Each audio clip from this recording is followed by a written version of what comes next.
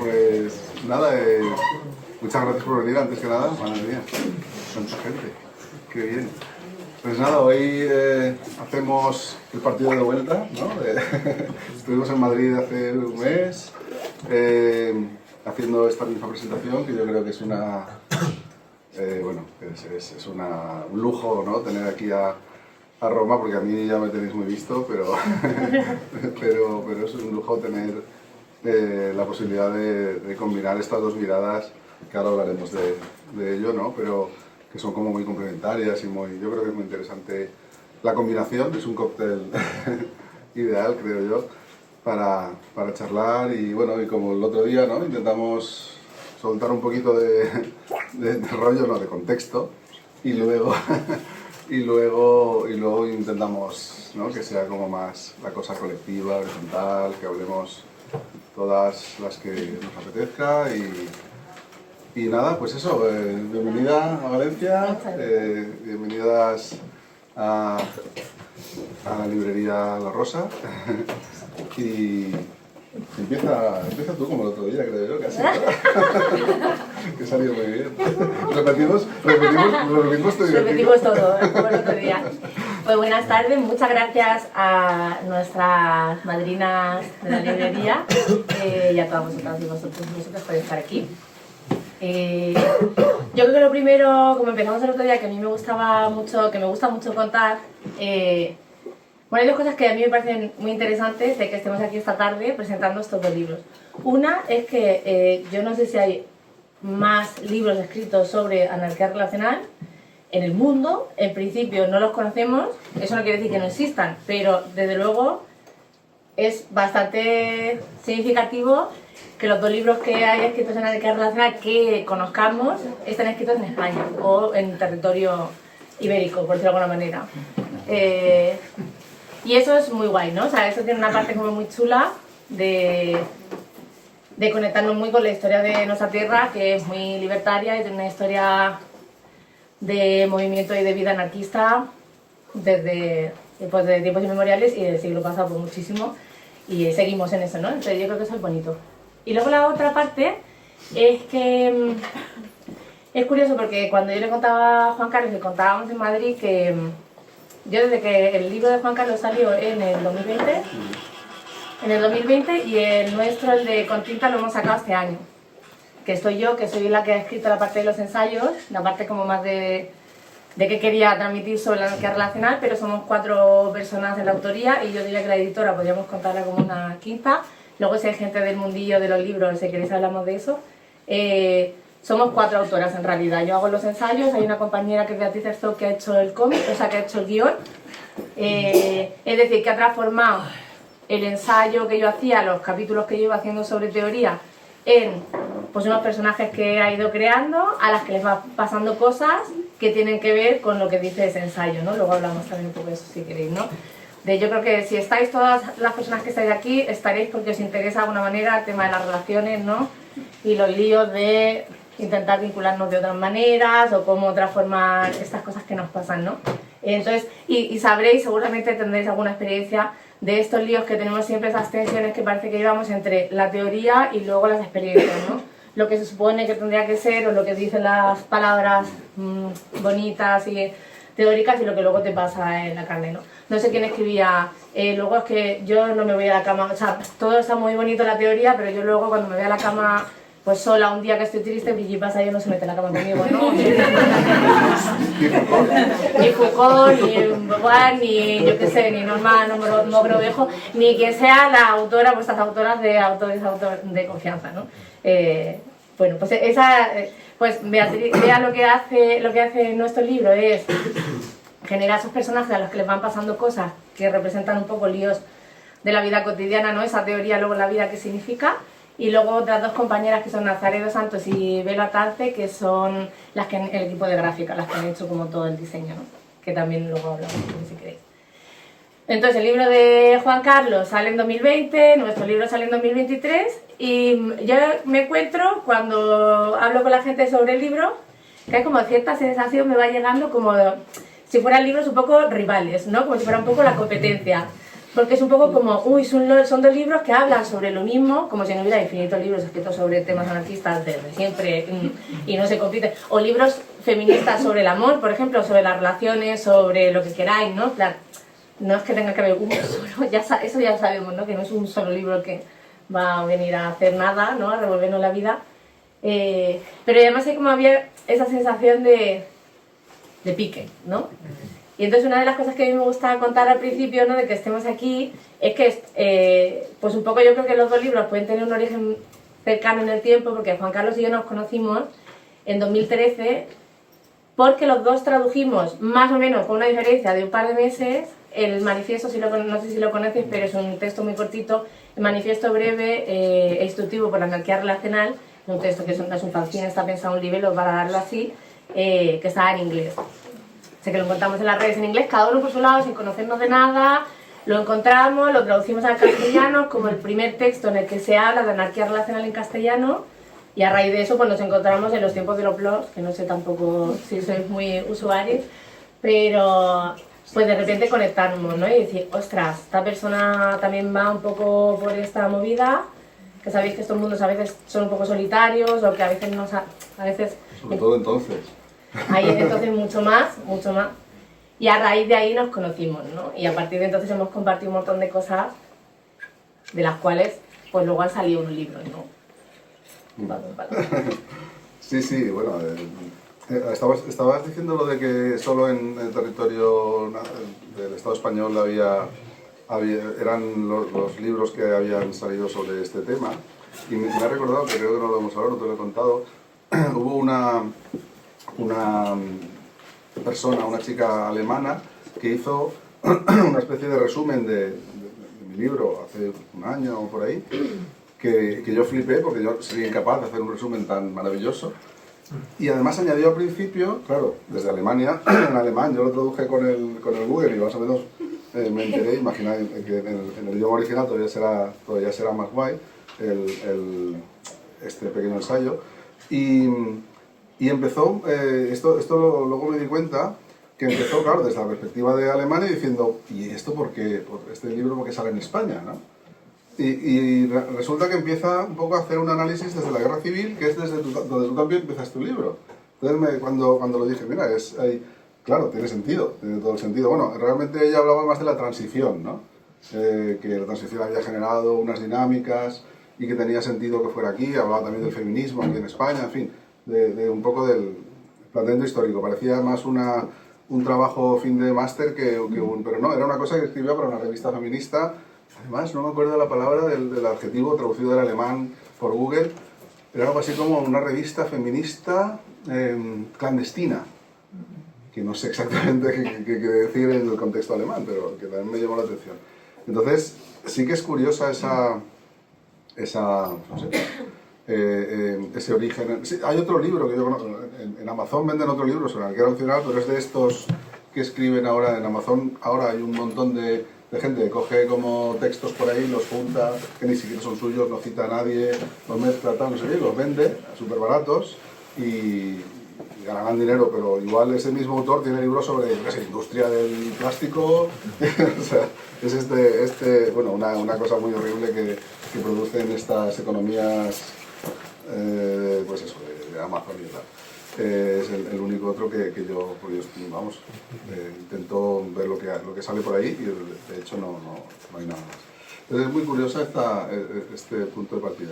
Y luego respecto a cómo evoluciona aquí históricamente, sí que fue curioso. Realmente tú tradujiste antes, un mes antes o dos, y realmente a mí me llegó a través de, bueno, a Madrid llegó también a través de unos blogs y tal, por otro lado, luego, pero no la traducción, sino la idea está en aquí relacional. Una persona que había vivido en los países nórdicos, creo que no exactamente en Suecia, y luego se había venido a Madrid. En fin, que fue una llegada un poco curiosa a estas latitudes de esta movida que iniciaron unas personas anarquistas en Suecia en 2005. O sea que realmente las cadencias de los tiempos son lentos.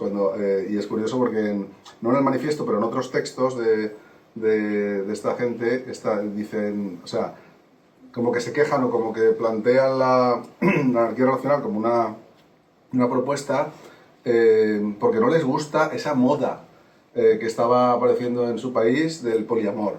O sea, en 2005. En 2005 aquí no habíamos oído hablar ni de... Vamos, de nada. Cero. Entonces, bueno, todas estas diacronías son curiosas, ¿no? No sé, un poco al hilo de lo que comentabas. Yo creo que te voy a lanzar la primera pregunta porque creo que tiene sentido un poco en el momento. Que sería un poco... claro, porque el origen de la pregunta es ¿por qué a nosotras nos hace sentido ese concepto de anarquía relacional, ¿no? Porque para nosotras de repente es como... No es que nosotras importemos algo de otro territorio, sino que de repente esas palabras y ese texto a nosotras nos hace sentido con lo que estamos viviendo aquí, ¿no? Y de repente pues tomamos ese concepto, ¿no? Yo creo que tiene un poco que ver con el tema de si por qué el concepto de poliamor no te satisface a lo mejor o no te da lo que te da ese otro concepto.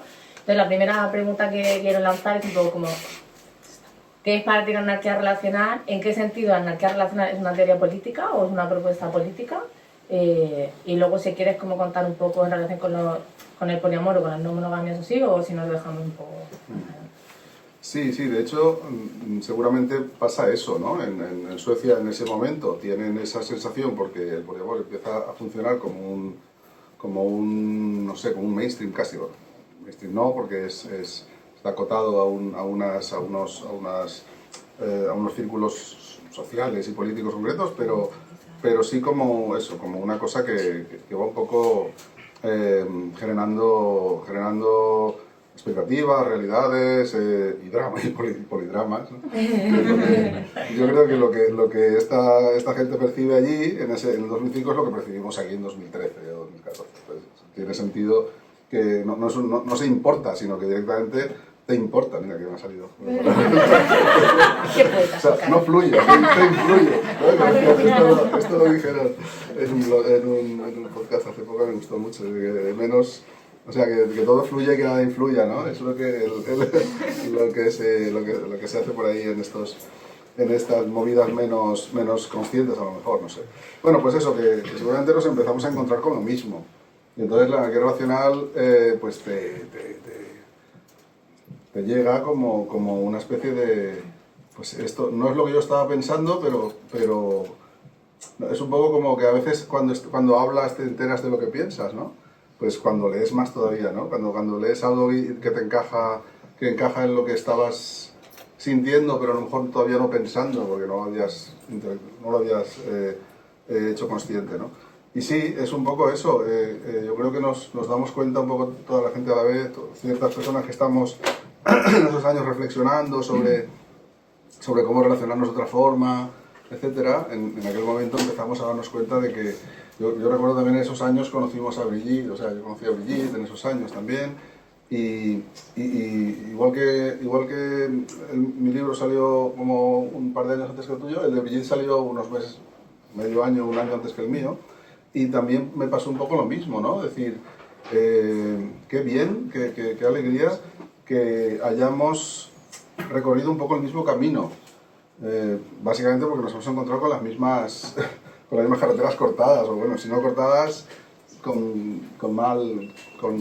sea, en mal estado, ¿no? Carreteras en mal estado, eso estaría bien, ¿no? Podríamos como carretera en mal estado, ¿no? Siguiente libro. En fin, así que sí, esa alternativa, primero, creo yo, o sea, mi forma de ver lo que plantea una visión, plantea un formato más de conciencia que de recetas, ¿no? Que de recetas de autoayuda casi, ¿no? Porque los libros que nos llegaban en aquel momento, pues primero era lo que tradujo Miguel Bagalume como Ética Promiscua, que en inglés era The Ethical Slut, que evidentemente nos dejó absolutamente flipados y flipadas vamos, nos dejó flipando mucho. Porque rompía muchas cosas que notabas que eran como corsés muy bestias, ¿no? Y de repente, pues si te quitas el corsé, pues evidentemente te da una explosión de luz y color. Pero claro, llegas a mitad del libro y empieza a decirte que cojas una escoba y empieces a darle al sofá cuando te sientas ansiedad. este tipo de recetas tan anglosajonas, la verdad es que aquí no...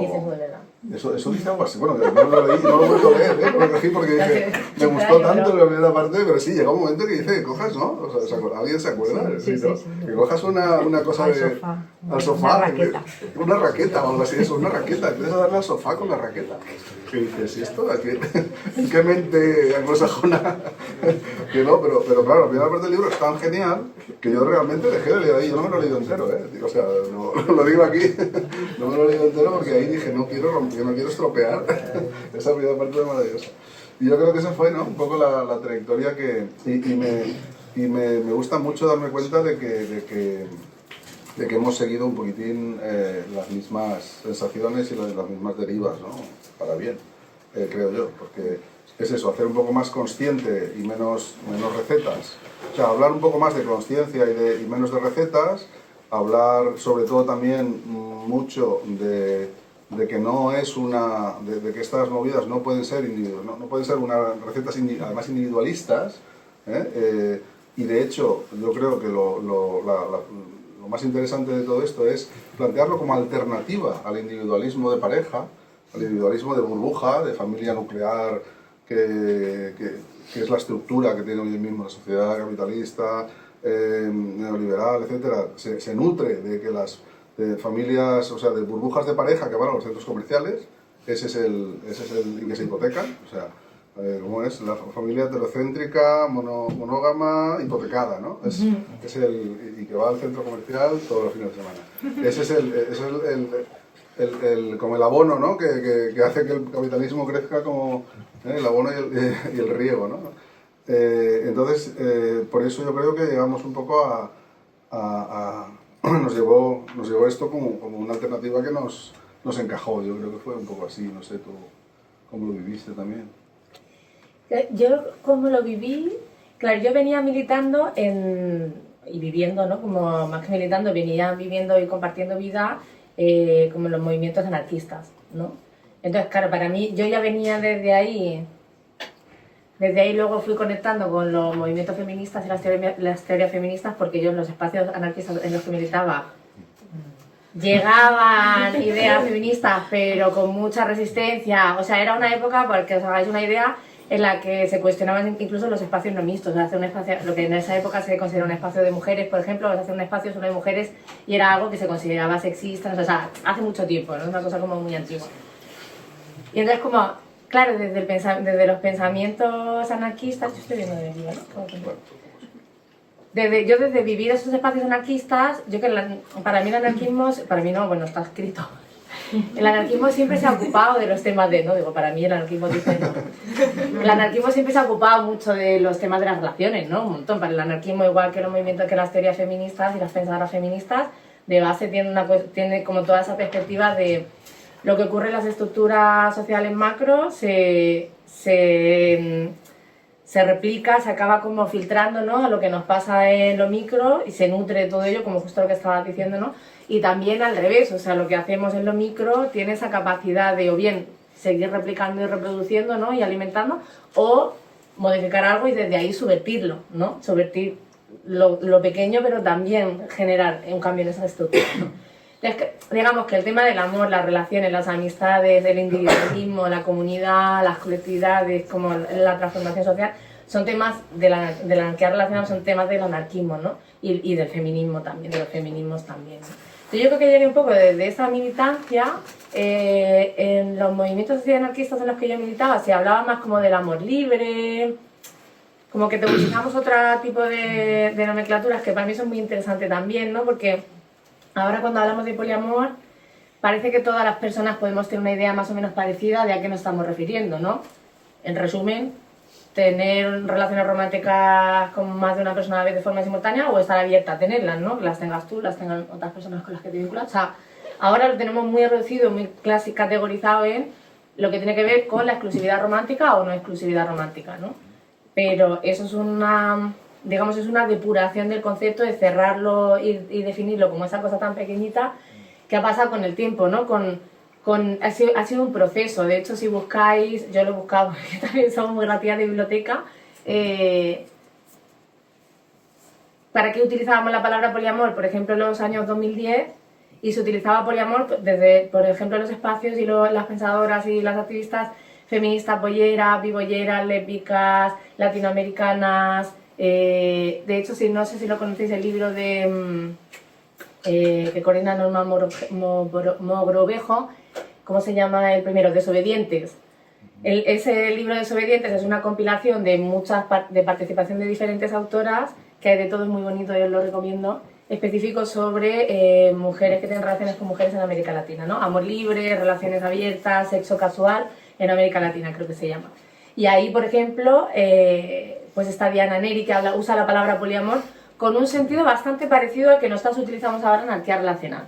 O sea, como un concepto, y otras pensadoras utilizan otros conceptos. Quiero decir, que nosotros utilicemos anarquía relacional no quiere decir que seamos las únicas que estamos hablando de transformar la sociedad a través de transformar los vínculos, romper con la monogamia en un sentido colectivo y comunitario, en un sentido de monogamia estructural, no de un arreglo amoroso entre dos personas, sino como la monogamia obligatoria estructura toda nuestra sociedad, ¿no? Como desde ahí, para mí la anarquía relacional es una apuesta política porque lo que plantea es cuestionar, es subvertir esa forma de estructurar las relaciones a nivel social, ¿no? Más allá de cómo la gente se arregle, que luego si queréis nos metemos con eso, ¿no?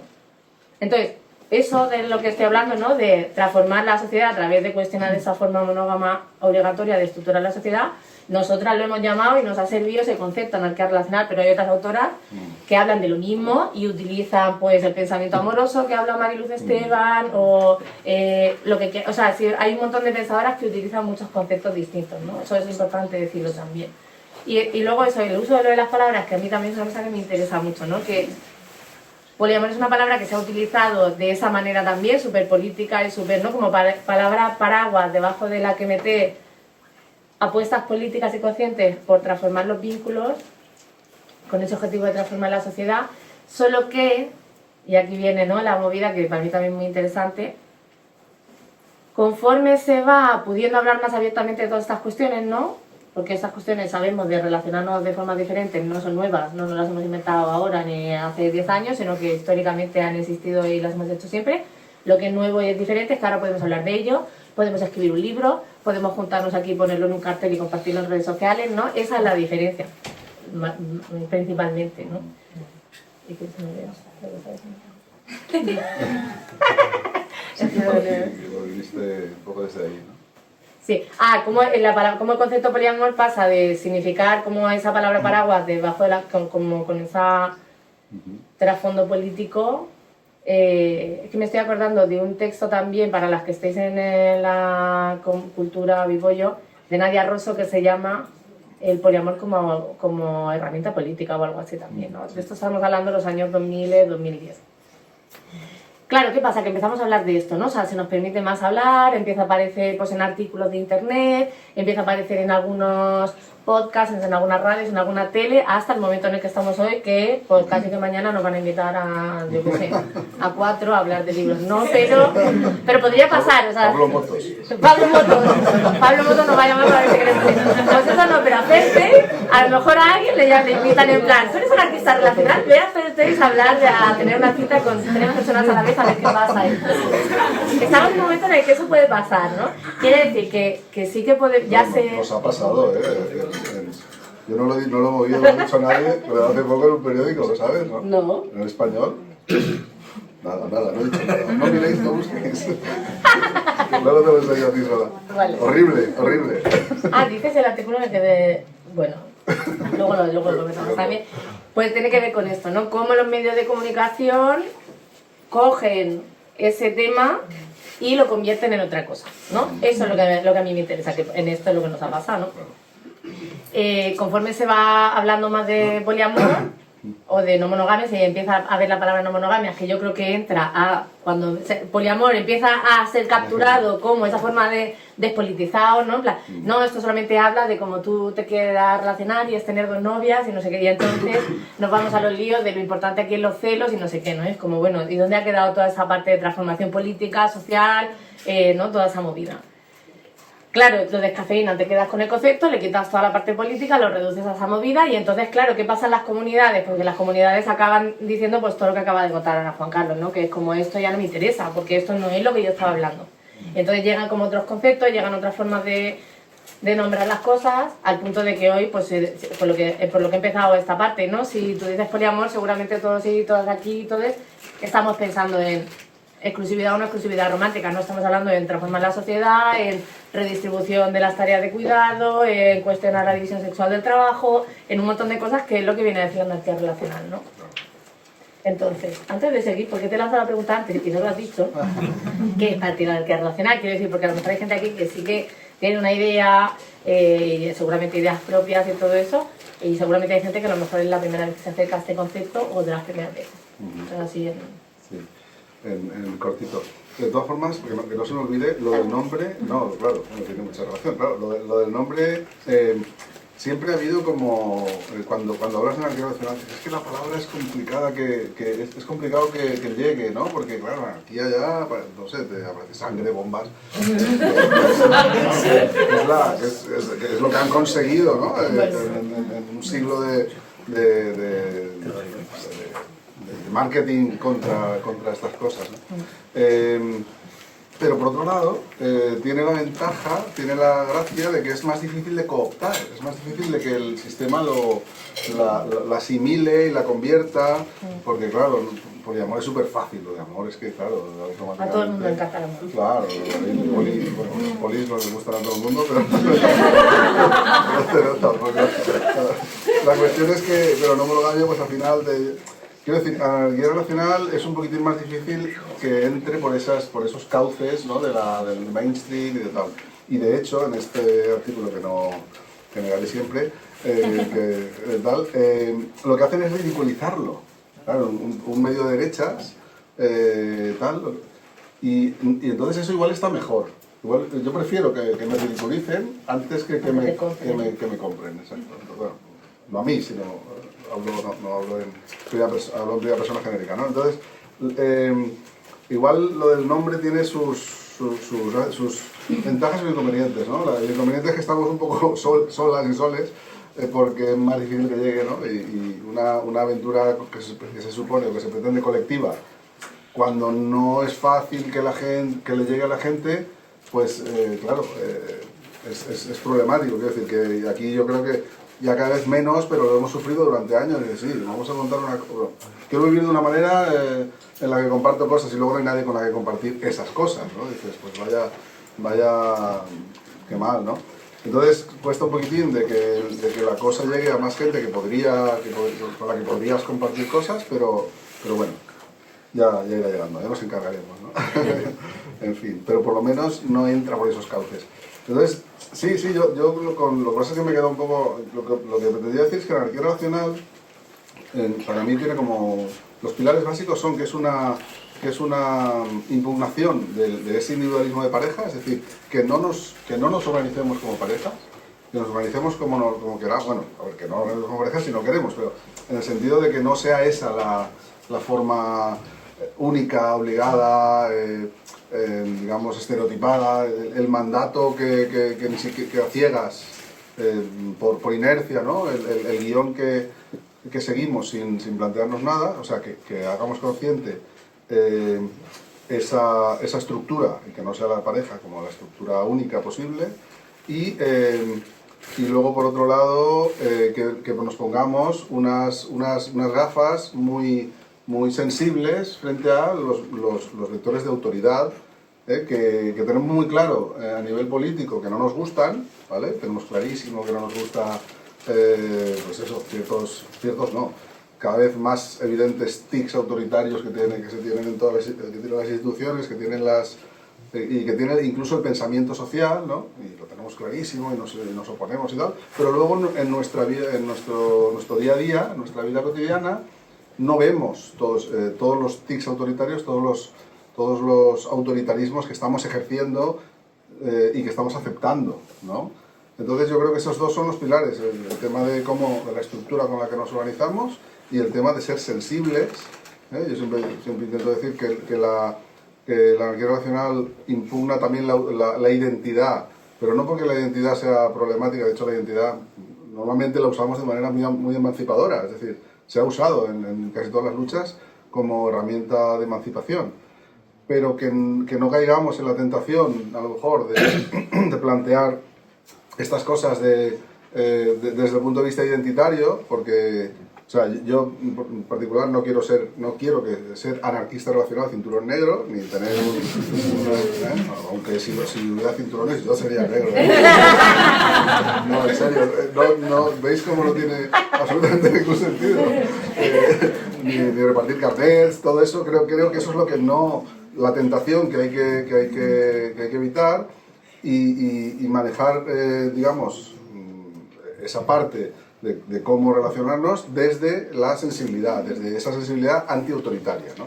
Yo creo que con esas dos patas se explicaría un poco así, sin recurrir a la teoría y a la historia y toda la cosa del anarquismo, porque respecto al anarquismo sí que se ha escrito mucho sobre relaciones, pero un poco en el espíritu este que más o menos se intuía de tu relato del mundo anarquista, digamos que había como detrás, siempre ha habido como en los textos y en las expresiones un poco, la idea de que primero sería la revolución y luego mejorarían las relaciones, ¿no? Igual que respecto al feminismo lo mismo, ¿no? Primero sería la revolución y luego ya todas seríamos iguales, ¿no? Y todos seríamos iguales.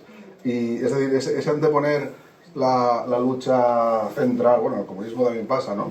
La lucha obrera, la lucha de clases, tal, no sé qué, y luego ya todo lo demás se arreglará solo, ¿no? O sea, mágicamente. De hecho, desde el feminismo de los 70 empieza el tema de la interseccionalidad, no es que todos los ejes tienen, hay que abordarlos todos, y nosotros estamos un poco como hablando de ¿no? Pero todos los demás, ¿no? El antirracismo, el antifascismo, el anticolonialismo, todos los antiismos hay que darles el mismo, yo creo, son cosas en paralelo, ¿no? Y tú a esos dos como patas que he puesto yo, ¿añadirías alguna otra? Yo creo que bastante parecido, o sea, para mí la forma más sencilla de entender para qué uso anarquía relacional, no ese concepto, es aplicar en las relaciones íntimas los principios anarquistas, ¿no? Yo creo que es un poco lo mismo, es un poco lo mismo que acaba de traer Juan Carlos, visto desde otro lado, pero es lo mismo, ¿no?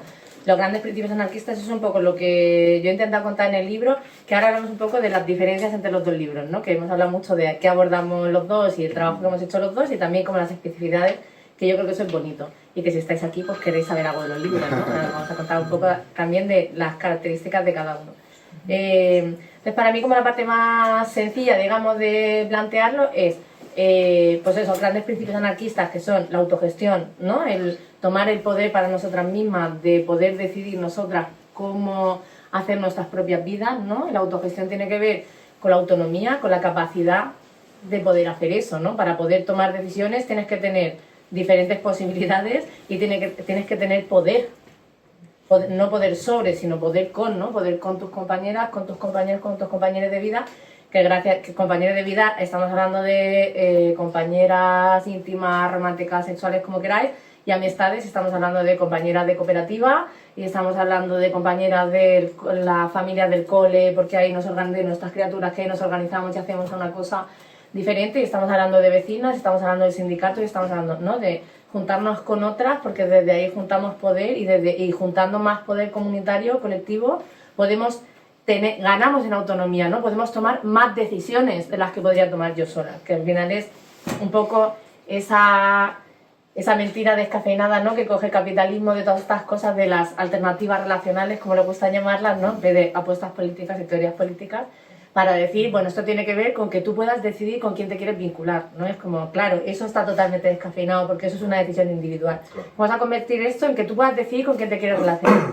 Desde las teorías feministas y desde las experiencias feministas sabemos perfectamente que tú, solo porque te digan, tú puedes decidirlo, no quiere decir que tú puedas decidir.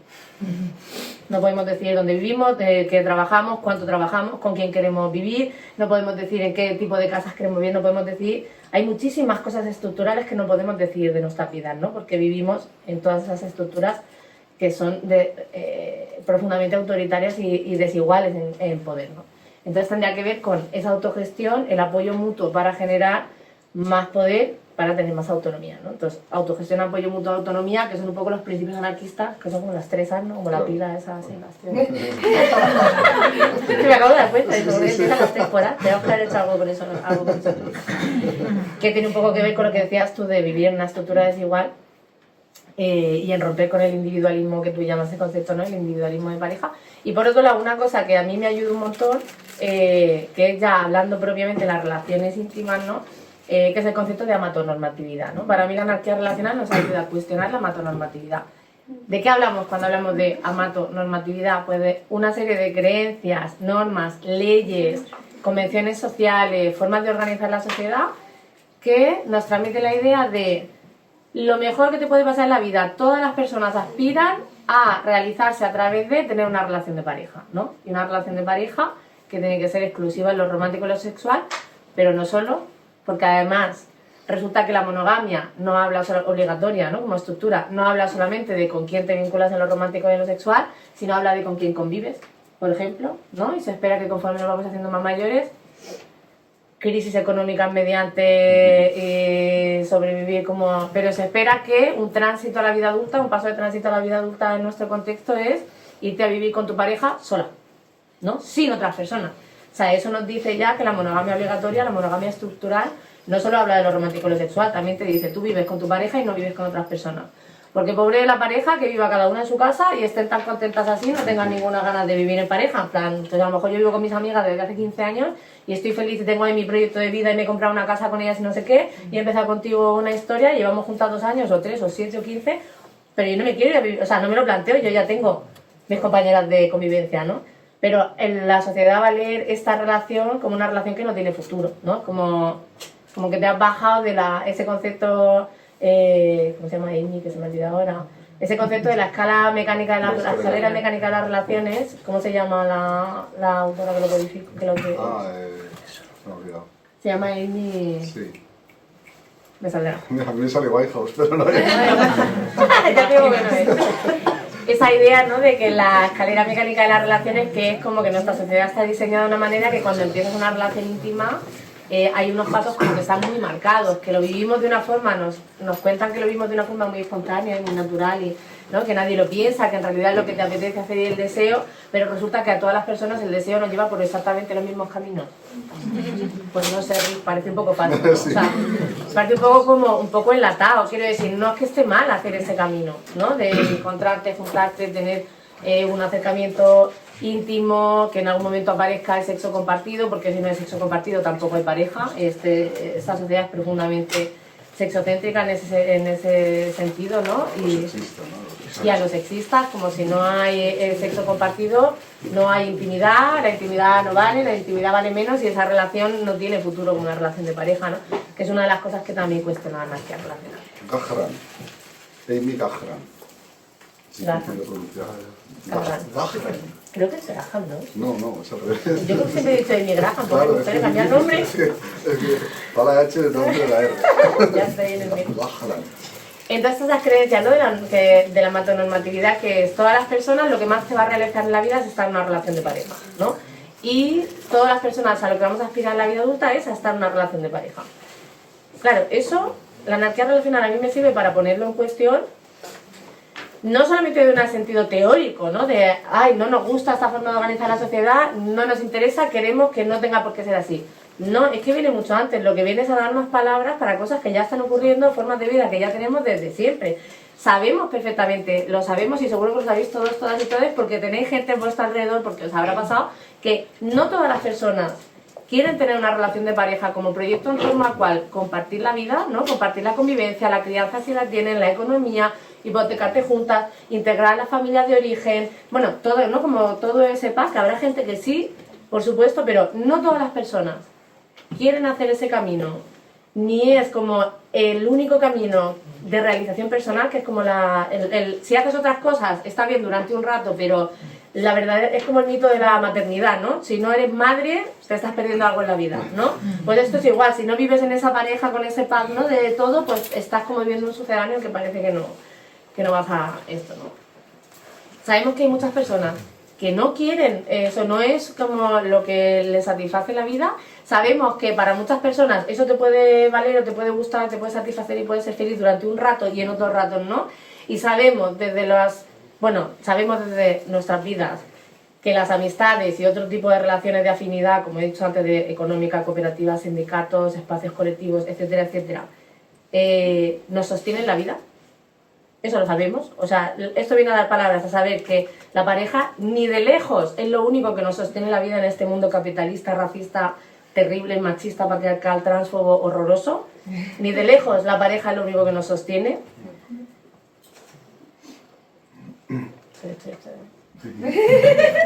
Es que te toco como muchas ideas y como, a veces es como... Se acumulan.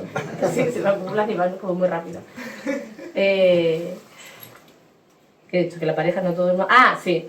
Hay un montón de otras relaciones que nos sostienen la vida y lo que hacen a la actividad relacional y el feminismo es ponerle luz a eso, simplemente darle el valor que tienen nuestras vidas.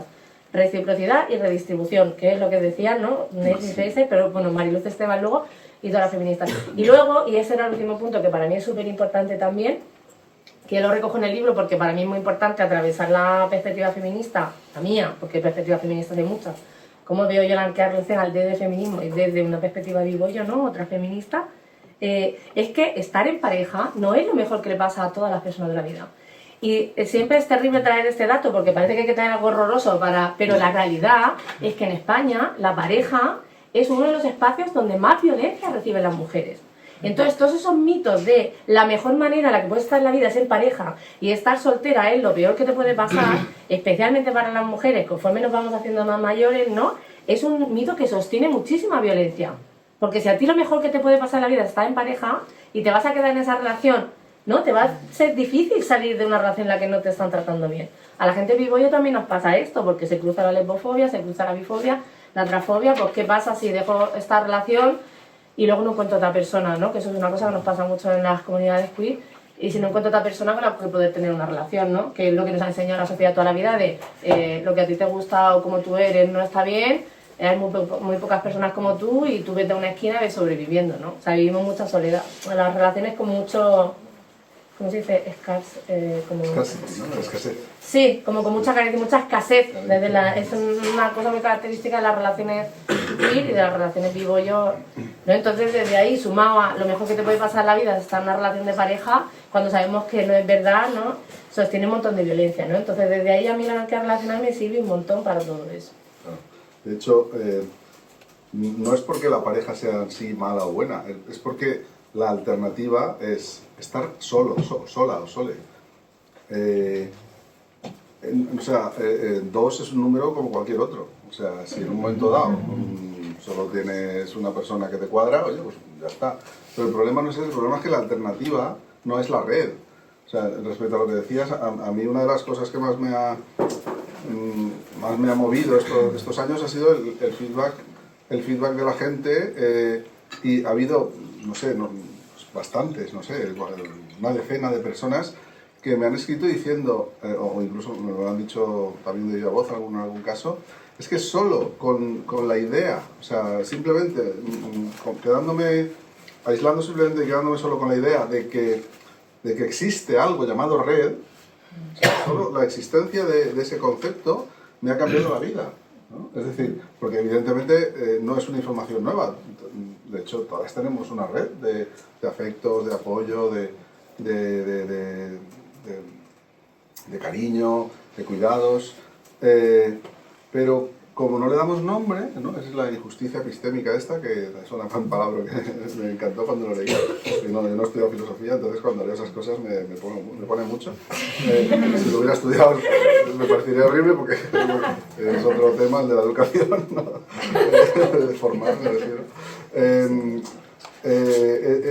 Conocer esa palabra automáticamente te hace ver una red que ya la tenías, que ya te cuidaba, que ya estabas cuidando, y de repente como que se manifiesta, ¿no? Como los fantasmas. Solo de poner luz, ¿no? Como claro, reconocer algo que ya existe, ¿no? Dar conciencia, ¿no? El capitalismo lo que te hace el patriarcado es decirte, estas relaciones no importan, son menos, lo que importa es esto. Exacto. Pues esa red que aparece así como un fantasma y tal, de repente la anarquía racional lo que propone es que esté al mismo nivel que cualquier otra cosa. O sea, concretamente que la pareja, que es lo que está a nivel top, el sello, con sello de, ¿no? Con sello de calidad. Solo te ponen el sello de calidad cuando vas de dos en dos, cuando vas, si puede ser hetero y si puede ser, insisto, con hipoteca. Entonces, eso es lo que lleva el sello de calidad. Y sin embargo, en la Declaración Nacional propone, oye, pues es que no tiene por qué ser exactamente así, sino que puede ser una red. Y de repente, como ya la red, como las redes, en la mayoría de los casos, hay, por desgracia, pues hay excepciones, gente que tiene que emigrar, que tiene que bueno, mil, o que tiene que irse de... En fin, casos terribles muchísimos, pero que en general tenemos ya esa red, de repente verla y sobre todo, porque eso es una de las cosas, la conciencia, pero la otra es la autogestión. Y la autogestión te dice, no, es que aunque a mí la normatividad, esto que está escrito en las nubes y tal, pareja,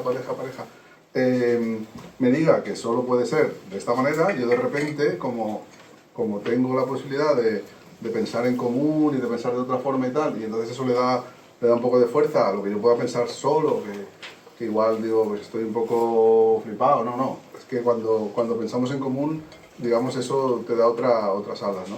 Pues de repente aparece esa posibilidad de poner al máximo nivel esa idea de red, en lugar de tener la pareja ahí como ocupando un espacio al que no puede llegar tu red, tus amigas, tal, ¿no? Porque en cuanto llegue si eres una mujer hetero, en cuanto llegue un elemento un tipo no sé, con el que tengas ese tipo de relación concreto, que es que te mola, que follas y que no sé qué, esos tres factores que son los que determinan, pues se pone ahí en medio y tu red queda como con un tope. Es como que si tuviera un techo de cristal, estaba pensando como el techo de cristal, ¿no? Que es como invisible, no se habla, pero es una rueda, ¿no? Exacto, es un techo de cristal, es buena metáfora. Sí. Déjame mi libro un momentico, porfa, si te parece, porque estamos en 8 menos 5.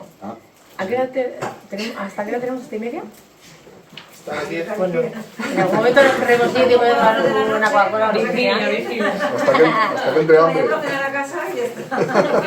Vale, te voy a hacer una propuesta. Yo quiero contar una cosita de lo de la temática del libro y luego preguntarte después lo de hacer un sueño en este mundo, que me parece que es un tema también que estaría bien hablarlo. Y luego abrimos ¿sí? Vale. Vale, pues en lo que os había dicho que os iba a contar un poco de las diferencias entre los dos libros, ¿no? Yo creo que son dos libros que se complementan muy bien, que lo decía antes Juan Carlos. El libro de Juan Carlos es un ensayo, no lo he cogido para abrirlo porque lo puedes hacer tú, es un ensayo, digamos... Gordo. Es un ensayo de palabras, quiero decir, con otra palabra que hacen ese libro, ¿no? Es un libro muy riguroso, no es un libro muy académico, porque además tiene que ver con que pues, tú vienes de la universidad o trabajas en la universidad desde hace muchos años.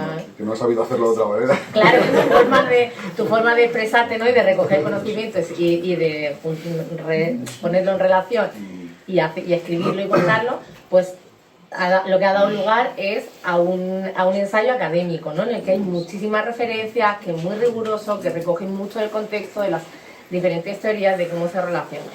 En mi caso, yo lo que tenía muchas ganas de hacer era un libro que fuera, digamos, como muy fácil de leer. Fácil de leer en el sentido de que fuera rápido, o sea, rápido como que fuera fácil que pudieras empezar y más o menos, no sé si terminarte en el día, pero que fuera algo que no fuera pesado, denso, en el sentido, porque ya son como conceptos abstractos, y luego la idea de que fuera una novela gráfica a mí me encantaba, ¿no? Como la idea de tener, eso yo creo que también tiene que ver, os voy enseñando como dibujillos, tiene que ver con que yo vengo como de las comunidades queer, ¿no? Y en las comunidades queer también tenemos como mucha falta, mucho deseo de referencias visuales, ¿no? De ver gente, de ver cuerpos, de ver... como de tener esas imágenes que nos faltan en el mundo, porque vivimos en un mundo que nos refleja quiénes somos, cómo son nuestros cuerpos, cómo son nuestras casas. Claro, con el equipo de gráfica hemos pensado hasta qué ponen los carteles que hay en la casa, en los pósters que han puesto en su pared, ¿no? Porque claro, todo eso tiene que ver con que nuestras vidas, pues tenemos mucho deseo, mucha sed de esas representaciones, ¿no? Entonces, esta idea que tuvieron el equipo de gráfica, que me encanta de Velo, es que en un principio la teoría va en rosa, no sé si se ve más o menos, pero la teoría va en rosa, ¿no? Los textos y los dibujos que la acompañan, y lo que le va pasando a la gente va en azul, ¿no? Un poco también recogiendo esa experiencia que tenemos en la comunidad históricamente, también creo que pasa con el ser buena feminista, ser buena poliamorosa, ser buena anarquista relacional, ser buena en lo que sea, que es vale, he encontrado una teoría política que me ayuda a pensar que es más justo las relaciones, que es mejor que transformar el mundo a través de cómo nos relacionamos, pero luego lo que a mí me pasa parece que choca, ¿no? Parece que yo no lo hago bien. Eso es un poco lo que yo tenía muchas ganas de aterrizar. Después de muchos años compartiendo muchas experiencias, ¿no? En comunidad, en encuentros, en jornadas, con mis amigas, ¿no? Con todas las relaciones que he ido teniendo en este tiempo, siempre nos queda mucho esa sensación de las ideas son preciosas, yo no lo hago bien, ¿no? Porque yo no me siento bien con esto, como intentar encajar nuestras experiencias en ese modelo abstracto que parece que está súper lejano, ¿no? Entonces, a lo largo del texto del libro, el azul y el rojo se van juntando y van apareciendo, a ver, aquí por ejemplo, van apareciendo unos lilas, ¿no? Que es al final, como esa era la parte más final del libro, que tiene que ver un poco con esa idea que nosotras queríamos traer, ¿no? De las palabras que nosotras traemos no pueden venir a hacerte un modelo nuevo en el que encajar nuestros cuerpos con todo ese dolor que supone individual y comunitario, intentar encajar nuestras experiencias en un modelo, porque ya vivimos eso, es que ya vivimos eso todo el tiempo, ¿no? Entonces, como estas palabras no vienen a hacerte una nueva jaula de cristal, por decirlo de alguna manera, sino que es al revés. Esas palabras vienen con la intención de darnos palabras para poder entendernos mejor lo que nos pasa y entendernos mejor con el mundo, y desde ese sentido que nos den más libertad, que nos den más espacio, ¿no? Entonces las palabras se tienen que adaptar a nosotras, nos tienen que servir. Si me sirven porque me hacen bien, genial. Si lo que me pasa es que yo necesito encajarme en otra, o sea, si me acaban haciendo como otro corsé nuevo, son las palabras lo que no están bien, no eres tú, no es tu comunidad, no es tu red, no es lo que sea, ¿no?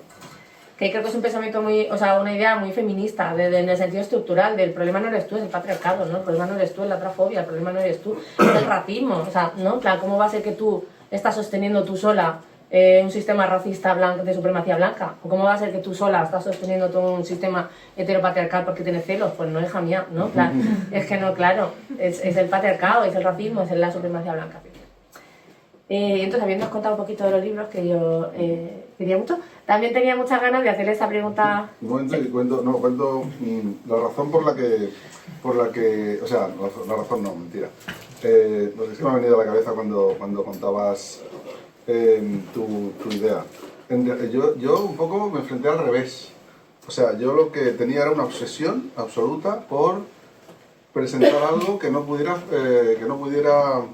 sea, que fuera muy sólido. Descafeinarse, o sea. Sí, eso es. Como diciendo, como pensando, es que esto es un poco la carga esta de la prueba, ¿no? Es decir, cuando tú planteas, lo que nos pasa siempre cuando nos dicen, no, es que los polidramas, que yo antes frivolizado un poco, o sea, he hecho un poco de humor con el tema de polidramas y tal. O sea, resulta que es verdad que hay polidramas, pero es que también hay monodramas. Quiero decir, ¿no? El tema está en que dicen, no, yo es que probé el poliamor y no me funciona. Has probado una vez una cosa y has probado 40 la otra, no te ha funcionado 40 veces la monogamia.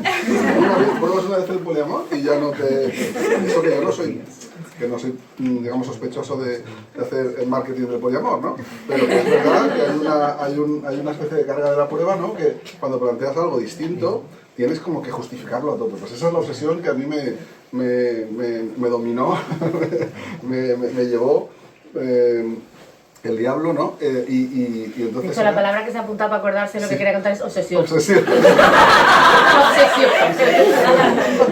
La obsesión por ofrecer una cosa sin fisuras, ¿no? Ahí, bueno, y de hecho la editora y el editor y tal me quitaron 200 citas. O sea, hubiera sido un lado de media y cuánto somos. O sea, no hubiera sido sensato, ¿no? Por suerte.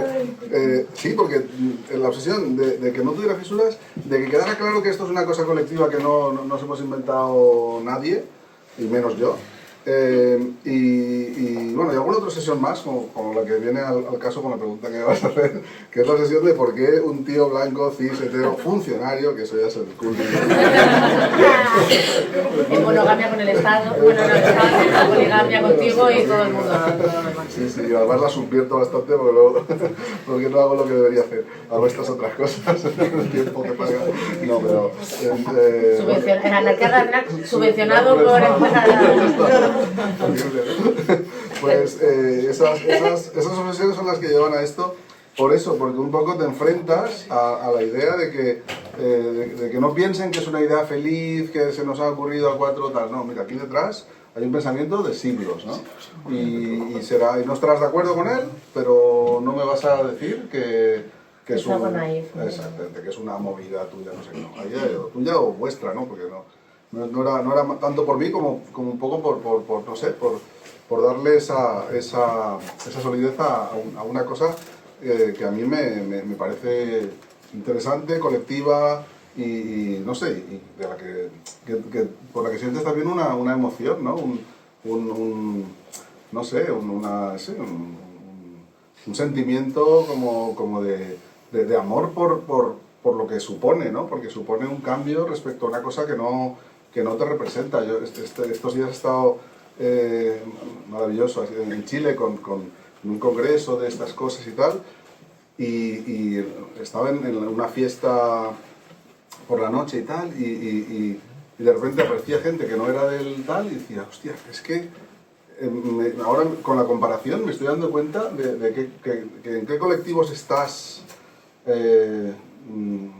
como, no sé, a gusto, tal, y de repente aparece gente que con otro así, más pijo y tal, ¿no? Esto es lo que pasa, ¿no?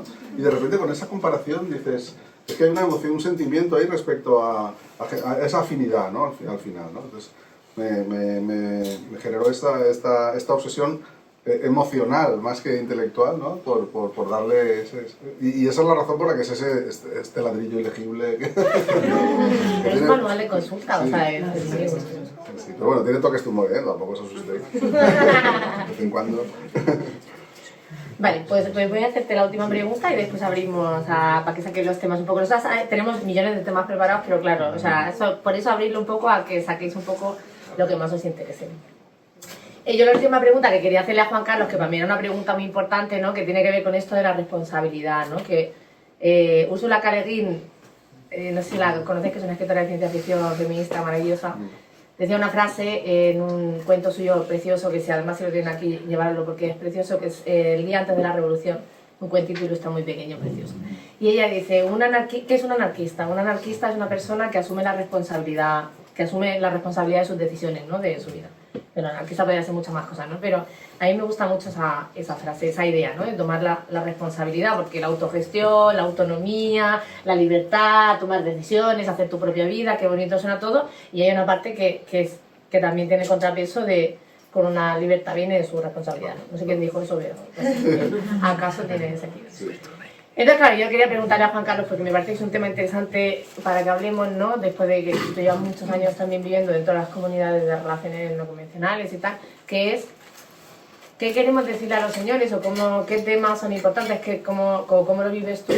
O ser un señor que se relaciona con mujeres, ¿no? Ser un hombre que se relaciona con mujeres en este mundo que sabemos que está profundamente estructurado de una forma patriarcal, ¿no? Que te pone ya en un lugar de desigualdad respecto a la gente con la que te relacionas por ser un hombre y mujeres no, y también con todas estas narrativas que tenemos sobre las relaciones desde perspectivas feministas y tal, ¿no? Entonces, como, ¿qué le querés decir a los señores que se vinculan con mujeres? ¿Cómo vives tú ser un hombre que se relaciona con mujeres en estos mundos? ¿En qué punto están los señores heterosexuales? Porque también hay hombres bisexuales que se relacionan con mujeres y con hombres o no, pero creo que los tíos bi... los tíos bi tienen otras movidas súper grandes, ¿no? Y de hecho aún estamos en un momento de invisibilidad súper... que parece que se va rompiendo poco a poco. Entonces, como los hombres heteros y el poliamor, que dicen los hombres heteros y la anarquía relacional, las no monogamias, todo eso. Bueno, el otro día hablamos un poco también de esto y lo primero que me vino a la cabeza, que fue un poco así en broma, pero es verdad, no, en broma no, fue un poco, al final la gente se rió, lo cual no quiere decir que originalmente quiere decir que se identifican, no quiere decir que sea broma, exacto, eso es. No, pues mi respuesta fue algo así como, bueno, somos personas que estamos en un montón de ejes de privilegio pues, situados en el privilegio, un montón de ejes de opresión situados en el privilegio, y para empezar yo estoy convencido de que no podemos considerarnos, ni se nos puede considerar como personas de las que fiarse. Sencillamente porque es imposible, desde una posición de privilegio, realmente, o sea, tienes que estar escuchando, tienes que estar con una sensibilidad todo el tiempo y tal, y aún así no puedes empatizar con la otra parte de tu eje, ¿no? De este eje, con la parte más opresión. Es decir, en definitiva, que no se nos considere gente de fiar, ¿no? Que dices, pues parece como también un poco cínico, ¿no? Decir que no os fiéis de mí, ¿no? Pero el análisis lleva a eso, porque además, fíjate, por mucho interés, en definitiva, lo que quiero decir es que por mucho interés que pongas, por mucha escucha, por mucho análisis e incluso años que lleves ahí dándole vueltas y tal, no tienes que considerarte una persona segura frente a, en este caso, en las relaciones tiene más que ver con el eje de género, pero no puedes considerarte una persona segura si eres blanco o blanca frente a una persona racializada, o no puedes considerarte una persona segura si tienes estabilidad económica frente a alguien que, o sea, cuando te relacionas, ¿no?, con alguien que no la tiene, porque vas a meter la pata todo el rato. Entonces, lo que pasa es que en las relaciones es especialmente jodido porque el eje de género, en las relaciones íntimas es especialmente jodido porque el eje de género te lleva a unos, sobre todo hombres que se relacionan con mujeres, a unos niveles de intimidad en los que, bueno, esto lo decía también Simone de Beauvoir, ¿no?, que la opresión de género tenía, bueno, por otras palabras, porque era hace muchas décadas, era una opresión muy especial porque se generaban relaciones de amor entre oprimidos y entre opresores y oprimidas, ¿no? Entonces, claro, en ese sentido no tengo ninguna solución. De hecho, es que además desde arriba es difícil aportar soluciones, pero lo que sí tengo claro es que no debemos considerarnos personas seguras, no solo en el eje de género, pero en particular aquí y en las relaciones más todavía, y poco más. Es que, pues lo de siempre, o sea, leerse todas las cosas feministas que te vengan a las manos, entender que solo la escucha y tal puede hacer que llegues a entender un poquito, ¿no?, por dónde van los tiros, pero vamos, que no puedo dar soluciones en realidad. Y lo que sí considero es que tenemos que tener esa perspectiva muy clara quienes estamos en el privilegio, que tenemos que estar muy pendientes, que tenemos que ejercitar la sensibilidad y la escucha, pero bueno, esto son cosas que dice el feminismo, que no aporta mucho tampoco en realidad. O sea, que encima no somos seguros y no aportamos nada. Pero bueno, yo he dedicado muchas horas a meterlo todo junto, es lo único que puedo hacer. Pero está bien, porque también es una forma de situarse, ¿no? Es una forma de situarse que te dice, no soy el centro.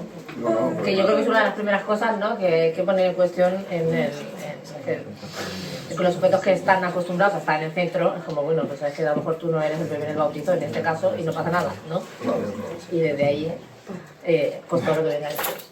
Vale, pues abrimos... Hay una mano por ahí. Sí, ¿me toca? Aviso de contenido terrorista antimonógamo, por si alguien cree que está en una monogamia consciente, que se tape los oídos ahora mismo, igual. Sabiéndome opresora en muchos ejes y entendiendo que es normal que todas somos opresoras de alguna manera, pero ¿cómo lidiáis cómo conseguís lidiar desde el activismo relacional, por decirlo de alguna manera, con que cualquier otro eje de opresión se pueda reflejar de manera mucho más abierta y sin embargo no se pueda tratar la monogamia, la matonormatividad en general, pero la monogamia concretamente no se pueda, o sea, como que sea menos sea más difícil de acusar, ¿no? Sea menos acusativa. Es decir, alguien dice algo racista en público y puedo señalarle fácilmente, entendiendo que esa persona estará en su proceso, que por supuesto todas hemos tenido el nuestro y seguimos en ello, y que nunca vamos a terminar de aprender de todo, pero parece que cuando a alguien se le tiene que señalar las violencias monógamas, estamos mucho menos legitimadas a ello. Entonces, ¿cómo navegamos entre esa asertividad de entender el proceso por el que están pasando las personas y que no todo el mundo tiene que tener las mismas aspiraciones? Yo soy omnívora y a día de hoy sé que algún día tendré que ser vegana, pero todavía no me lo planteo. Entonces, entendiendo que cada persona está en ese proceso suyo, pero a la vez pudiendo decir, sí, estás ahí, pero estás oprimiendo y date cuenta, ¿no? ¿Cómo hacéis vosotras eso de manera... O sea, ¿cómo jugáis a esos malabares, no?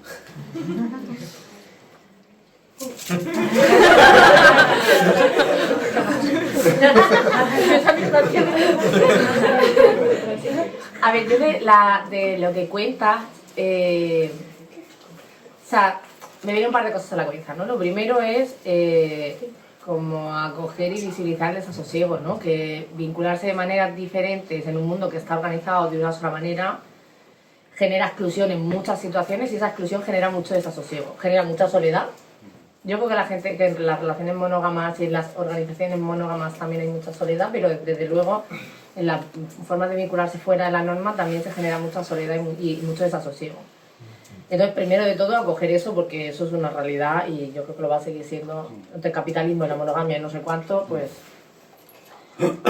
los 17 trabajos que tenemos que tener para poder sobrevivir y vivir en una ciudad que tienes que hacer una hora de viaje para poder ver a una amiga, pues bueno, pues mucha soledad y mucho desasosiego. Luego, otra cosa que a mí me parece importante es a qué llamaríamos violencias monógamas, ¿no? O sea, porque para mí eso es muy importante. Creo que estamos en un momento en el que hablamos mucho de las violencias, o sea, que socialmente se ha puesto encima de la mesa, las violencias sexuales, las violencias de género, las violencias, y a lo mejor algún día las violencias racistas, a lo mejor en algún momento podemos hablar más abiertamente de las violencias monógamas, y creo que estamos en el momento de considerar que es importante como decir a qué nos referimos con violencia, ¿no? Porque, por ejemplo, o sea, no todas las dinámicas que se dan, voy a decir dinámicas porque no son acciones, sino que forman parte de una estructura, entonces hablamos de dinámicas. No todas las dinámicas que generan un daño o un dolor son violencias, en el sentido de, por aterrizarlo en cosas concretas. Por ejemplo, yo podría considerar una violencia monógama si te vinculas con alguien, te relacionas con alguien en la intimidad que tiene una relación de pareja y, no sé, como que y se quiere vincular contigo, ¿no? Como el privilegio de pareja, ¿no? Quiere compartir intimidad contigo y no es una persona clara y, por ejemplo, tiene un veto de pareja, ¿no? Tienen su pareja y ella, pues tienen un acuerdo en la que pueden decir con esa persona no me gusta, me tranquiliza, no te relaciones con ella, entonces yo lo voy a hacer, ¿no? Eso a mí me parecería una violencia monógama, me parece una violencia monógama respecto a la persona, desde luego, que está fuera, ¿no? O yo lo decido todo con mi pareja y luego ya te diré lo que va... Eso, por ejemplo, yo lo consideraría una forma de violencia monógama, ¿no? Y eso lo afrontaría... Mi respuesta a eso sería una, en plan, ¿cómo afrontamos esta película, no? Y luego hay otro montón de cosas que nos pasan, y esto lo digo también como vivo yo, ¿no? Y siendo consciente de la supremacía blanca en la que vivimos, el sistema de supremacía blanca en el que vivimos y un montón de cosas, ¿no? Y es que la pareja también ha sido siempre y sigue siendo un espacio, un refugio para muchas personas en muchos momentos de la vida, ¿no? Lo sé como vivollera porque de repente un espacio, a lo mejor la primera relación de pareja que tienes, o las primeras, o en algunos momentos cuando te has cambiado o sea, como de ciudad, de territorio, lo que sea, una relación de pareja con otra vivollo puede ser un refugio frente a un mundo heteronormativo o hipertransfobo o lo que sea. Cuando han migrado, la pareja puede ser un espacio de pertenencia fundamental y de protección y de seguridad en un mundo hiperracista, xenófobo, ¿no? Como súper violento. Entonces, claro, creo que hay otro montón de situaciones que se dan que tienen que ver con relacionarnos entre nosotras, habiendo relaciones de pareja, que inevitablemente generan situaciones de prioridades que al final acaban generando exclusiones, ¿no? Que son cosas distintas. Y entonces mi respuesta sería diferente, porque es como, claro, creo que también genera mucho desasosiego y mucha soledad cuando tú quieres, lo que decía antes Juan Carlos, cuando quieres relacionarte Y, por ejemplo, apostar más en tus relaciones íntimas de amistades, no sé qué, pues yo quiero convivir con mis amigas y resulta que mis amigas están todas yéndose a vivir con sus parejas, o yo quiero tener una criatura, o 2, o 3, o 7, o las que sea, o poner un huerto, o tener un perro, una perra, adoptar una perra, lo que sea, con mis amigas, y resulta que mis amigas están en esa película con sus relaciones de pareja, y en esa... Ahora viene la Navidad, temazo, ¿no? Claro, y en eso yo vivo un montón de soledad, porque... Lo que decía Juan Carlos, esto que es tan colectivo, no hay nadie, ¿no? De repente estoy sola. Eso genera mucha soledad, mucho desasosiego. Pero claro, yo a eso, aunque genera una exclusión, no lo llamaría violencia monógama, ¿no? Entonces, esa es como la parte que yo quería aportar. Sí, sí, bueno, yo sí que creo que a cierto nivel de análisis está claro que intercambiar prohibiciones, que es al final un nivel de análisis de la monogamia como de las prácticas, incluso no solo de la monogamia estructural, sino de las prácticas monógamas. Pero las prácticas monógamas incorporan, en general, cuando son monógamas de verdad, en el sentido de que responden a esa estructura monógama tal, incorporan un intercambio de prohibiciones. O sea, yo te dejo que me prohíbas estas cosas si tú te dejas prohibir estas cosas por mí. Entonces, entiendo que ahí sí hay unos vectores de autoridad y una presión. Aunque sea un acuerdo, pero es un acuerdo, es una transacción de autoridades, ¿no? Entonces, y en ese sentido, lo que pasa es que, claro, yo creo que no es una de las cuestiones a las que yo normalmente me atrevo a entrar ahí, en lo de monógamos, sois unos opresores, ¿no? No me atrevo a entrar a ese meeting, con ese lenguaje de meeting ahí, porque sí que es verdad que otras opresiones no requieren este nivel de análisis. Quiero decir que en general las opresiones estructurales te acoges a lo que se decía, ¿no? De que no son monstruos especiales, son hijos sanos del patriarcado, ¿no? Los machistas más, bueno, violadores, etc. Pues aquí sería un poco lo mismo, ¿no? No son pues, hijos e hijas sanas de la monogamia, ¿no? Es decir, pero también podríamos decir eso sobre el racismo, por ejemplo, ¿no? Lo normal es ser racista, si no haces nada, si dejas fluir tus tal, pues eres racista, ¿no? Entonces no, tampoco vamos a perdonar el racismo, no es eso. Pero es verdad que para el racismo no hace para que la gente para que una persona se dé cuenta de que está siendo racista no hace falta el mismo nivel de análisis que para llegar a entender que la monogamia puede ser una opresión. Es decir, necesitas haber subido muchos escalones, haber pasado muchos anaqueles de biblioteca, de librería para... Lo que quiero decir es que sí que es verdad que tiene ese... Entonces, yo lo que hago bueno, y otra cosa también, en realidad no es lo que más peligro has dicho, es que has empezado diciendo en la pregunta que como ¿por qué es una de las cosas más difíciles de criticar, ¿no? Señalar. ¿Sí? No, lo más difícil en España ahora es la religión, porque te meten en la cárcel. Hay todavía si no me equivoco, si no lo han derogado, lo digo porque hace unos días pues he estado un poco hablando de estas cosas, todavía hay un delito que se llama ofensas al sentimiento religioso. O sea, lo digo como anécdota, ¿no? Porque hay cosas que todavía están protegidas por la ley. O sea, no puedes meterte con alguien por ser religioso. De momento, por ser monógamos sí nos podemos meter. O sea, no es tan grave. Pero sí que es verdad que, al final, o sea, lo que digo, ¿no? Que me resulta difícil plantear eso como una violencia. O sea, reprochar. Me parece que reprocharlo es muy bestia, porque requiere como estar de acuerdo en muchas cosas y además haberlas repasado, ¿no? Y parece un poco duro. Y la forma en la que yo lo planteo, que ya lo sabéis muchas veces, es como haciendo el marketing inverso, ¿no? Como diciendo, oye, si estás medio bien, igual pasarte la vida luchando contra, ¿no? Lo que tú decías, es que la pareja o las estructuras mainstream, las estructuras que nos rodean y que permean todo nuestro pensamiento, son acogedoras, porque al final el mundo te lo hace mucho más fácil, la sociedad te hace mucho más fácil tener una pareja en situaciones donde todo se mueve, ¿no? Tener algo que no se mueva pues es fundamental, porque si no el mareo es seguro. todo este tipo de cuestiones hacen que, oye, si estás un poco medio bien, pues igual, lo que digo yo sí, pero oye, pues quédate ahí, ¿no?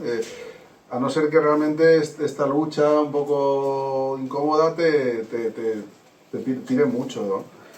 Y es un poco lo que a mí me gusta plantear, que mucha gente no está de acuerdo, ¿no? Con decir, oye, pues quédate ahí oprimiendo a otra persona, prohibiéndole que tenga no sé qué. Pues no sé, a veces hay que también ser indulgentes, autoindulgentes, y de ser todas un poco, y todas las luchas tampoco se pueden hacer a la vez, yo qué sé, no sé. Igual soy un poco... No, pero es interesante porque Miguel Bagalume, que es la mosca cojonera, que es la persona que está detrás de Golpes con Principios, con X Golpes con Principios, que es una persona que lleva traduciendo infinitos textos relacionados con esto y con racismo, transfobia, etcétera, etcétera, desde hace 20 años, 15 años, dice lo mismo. Al final lo que acaba diciendo es... él dice, yo creo que no sé si lo dice en estas palabras, pero algo así como que mi consejo es que si esto, o sea, que no te metas en este fregado. Quiero decir, que si no es porque de verdad es una cosa que te mueve, no sé qué, no sé cuánto, como que este fregado es un fango, ¿no? Sí, yo creo que una definición, el otro día lo decíamos en broma, si me piden una definición de anarquía relacional, una posible respuesta es algo que no aconsejo. Tenés que ponerlo en el libro de él, ¿no? Algo no aconsejable. Ya así por terminar un poco con este tema y abrimos a más temas, yo creo que algo así como a nivel micro, algo que en general hacemos siempre o un poco yo sería mi recomendación de hacer, ¿no? Lo que yo creo que yo he hecho, que es la pregunta que dices tú, ¿qué haces ¿no? cuando te ves ahí? Es un poco buscar a comunidad. Esto parece un poco el comodín del público, pero sí que es un poco así, porque claro, por un lado tú sabes que vas a ser la aguafiesta, ¿no? La feminista es aguafiesta, la feminista aguafiesta es esta, porque yo he estado en esa situación también, ¿no? Estar vinculando en lo que hablaría como violencia monógama, ¿no? El privilegio de pareja, todo eso, de estar como en esas situaciones tan terribles que se generan en el tiempo y se mantienen y que tú hablas y hablas y hablas, pero la cosa no... Parece que estamos vueltas sobre lo mismo y sí, pero luego no, y luego toda la dinámica sigue igual, ¿no? Entonces como eso es muy desgastante y más justo lo que decías tú antes, Juan Carlos, de que yo no estoy tan de acuerdo en que dentro de la intimidad el eje de género sea el que más se mueve porque se enamoran oprimidas y opresoras, porque por ejemplo una persona blanca y una persona racializada, o vamos a meter más gente en esa movida, en una red de intimidad y apoyo mutuo donde haya personas con diferente estatus, ¿no? de racialización, en este mundo pues también te va a pasar eso, ¿no? Pero quiero decir que la intimidad es donde más vulnerables estamos. Entonces, claro, donde más jodida está, o sea, estar jodida, estar en una dinámica de desigualdad que se mantiene en el tiempo, en un espacio donde estamos tan vulnerables, pues te pasa factura, ¿no? Entonces, claro, para mí la solución es, por un lado, un poco lo que decías tú de, mientras puedas, pues intentar decir lo que, ¿no? Llamar a las cosas por su nombre, porque las cosas tienen un nombre. Y si esto tiene que ver con un privilegio de pareja y esto es una situación de desigualdad y esto que estás haciendo es una asimetría de poder, pues es que el nombre que tiene es una asimetría de poder, es abuso de poder, es el nombre que tenga. Creo que mientras más hablemos de las violencias que ejercemos como algo mucho más que es un continuo, una graduación, que es algo que podemos hacer todas las personas, más fácil nos será decirte, creo que esto que estás haciendo es violento, es una dinámica en donde estás abusando de tu posición y tú lo puedas recoger con responsabilidad, que eso es un tránsito, ¿no? De que antes hablamos de la violencia, en plan, tú has hecho esto que es violento, fuera de la comunidad, juzgada y expulsada y nunca más. Entonces todo el mundo vivía con muchísimo miedo a cuando te digan esto que has hecho es un abuso de poder, porque entonces eso significa que me van a expulsar, ¿no? Eso también es una experiencia muy de las comunidades queer, pero yo creo que en las no monógamas a lo mejor se puede vivir también, ¿no? O sea, muchas dificultades de ahí para asumir la responsabilidad de las violencias que ejercemos, ¿no? Entonces, claro, decirle a alguien con quien tienes una relación íntima que ejerce violencia era mucho más difícil, yo creo. Pero yo creo que es como desde el que podamos hablar y sobre todo pues juntarte con otra gente que lo vea también y a la que no se tengas que explicar todo el rato. Porque es como me ha pasado esto y poder desahogarte y no tener todo el rato que estar explicando al mundo, ¿no? En algo que para ti es importante. Más preguntas, más temas. Tenemos dos. Cogemos las dos aportaciones y para que tengamos tiempo. Sí, vale, yo quería preguntar las luchas, en tanto que la anarquía relacional es una propuesta política, entiendo que entonces puede desarrollar luchas y acciones concretas o demandas concretas. Pero estoy pensando, por ejemplo, que sé que no es un fin en sí mismo, ¿no? Pero el poder legalmente casarte con más de una persona, aunque ya digo, no es un fin, sí, porque precisamente lo que propone es que no existan jerarquías, ¿no? Pero este tipo de luchas o este tipo de propuestas, bueno, ¿qué opináis sobre ellas o qué otro tipo de propuestas podría haber? Y también en qué otras luchas se integrarían o en qué otros espacios, mejor dicho, se podrían reivindicar, porque pienso que es una cosa que tiene mucho que ver con la lucha LGBT, pero también con el feminismo, o sea, al final es algo súper transversal. Pero también siento que puede haber mucha reticencia a sacarlo en ciertos espacios precisamente porque puede leerse como un desviar el tema, cuando en verdad es algo muy, muy de base, ¿no? Pero no sé si me estoy explicando. Yo estoy entendido. ¿Puedes socializar tu está bien bonito. Vale, cogemos también la aportación de la compañera y luego respondemos a que haya más tiempo para... Claro. Ah, vale, perdón. O sea, antes de hacer la pregunta un momento, cuando ha dicho lo de el tema de... O sea, lo de la pregunta que ha hecho Roma de lo de los hombres, no sé qué, en plan tal, como soluciones, se me ha venido muy a la mente que en algún conversatorio o algo como que Brigitte dijo: el amor puede que sea ciego, pero las amigas no. Entonces creo que eso también me ayuda, ¿no? Ya que estamos aquí hablando tanto de la comunidad, pues yo el otro día con una amiga estaba en algo que digo, uy, amiga, date cuenta. Y eso al final creo que hace bastante, ¿no? En plan, grupos de apoyo mutuo o así que donde salen esas cosas a relucir. La pregunta es... A ver, esto a lo mejor como que me lo saqué un poco más de leerme tu libro, que al final me lo acabé. Y... O sea, como que era el tema de la agencia, ¿no? Porque por un lado, o sea, yo empecé como muy idealista al principio de, vale, entiendo que con esto empiezo como a tener más agencia también sobre mis decisiones y que al fin y al cabo, cuando yo tengo una relación con alguien, pues las cosas que nos afectan a las dos, pues las comentamos, ¿no? Y llegamos a consensos o consentimiento, pero pues como que tener agencia sobre el resto de esferas de mi vida en la que pues ahora ya no tengo que negociar o hay prohibiciones y pues si no te afecta, es mi decisión tomarlo o no. Pero luego, en un mundo material, esas cosas pues nos atraviesan nuestras mochilas, nuestras historias, y a mí a la hora de la verdad muchas veces no puedo hacer eso. Porque aunque esto no te afecte a ti directamente, pues por alguna cuestión emocional o psicológica sí que te afecta. Y para mí siempre estoy... Yo no te he entendido a qué te estás refiriendo. No sé si puedes poner un ejemplo de alguna situación o... O sea que, por ejemplo, si yo... digo, vale, que yo ahora de repente empiezo a ver pelis con esta persona, o sea, aparte de verlas contigo, en principio no te afecta, porque yo lo que hago a esta persona no te está afectando. Ah, hombre. Pero sí que te está afectando. Ya. O sea, hay ciertos temas en los que está súper claro que normalmente afecta, ¿no? Que son los sexoafectivos y todo el mundo nos afecta un montón. Pero también hay muchos otros temas que están incidiendo sobre mi agencia y que supuestamente no te estarían afectando. Y yo ahí he entrado muchísimo en esto de el rosa y el azul que no se llegan a hacer lila, ¿sabes? En plan, yo voy de lila pero no están tan lila. Entonces, bueno, eso yo ahí sí que hago malabares en plan de... Vale, no sé si os pasa, no sé cómo lo lleváis. No pasa a todas, cariño, no pasa a todas. A todas las personas que estén en una relación le va a pasar eso, pero a una persona monógama, o sea, que es una relación monógama, que de repente quedes con tus amigas un día que a mí me apetecía muchísimo, me había hecho un súper plan de llegar a casa, hacer no sé qué, resulta que llego y no estás. Y no, es que ¿dónde estás? Y tú te has preparado y toda la movida, resulta que tu chica está no sé dónde y no va a venir hasta, ¿sabes? Y te afecta, claro. Bueno, pero a partir de ahí... Bueno, contestamos ya que estamos a la segunda y luego a la primera. Sí, yo no tengo, o sea, buscar una solución simple a un problema tan complejo sería, creo, un error. Pero lo que sí tengo es un par de herramientas que a lo largo de los años he ido destilando y bueno, que aparecen en el libro, que son puramente morfológicas casi, o sintácticas, no llegan a ser ni semánticas, que es intentar plantear las cosas, ese tipo de cosas, en términos de yo me comprometo a, bueno, si os habéis leído el libro, está todo lleno, está repetido eso 1000 veces, yo me comprometo a, o como límite, ¿no? O mi límite es que no me puedes hacer tal. Entonces, por ejemplo, en el caso, o sea, son herramientas muy rudimentarias, muy simples, o sea, ya insisto, pura sintaxis.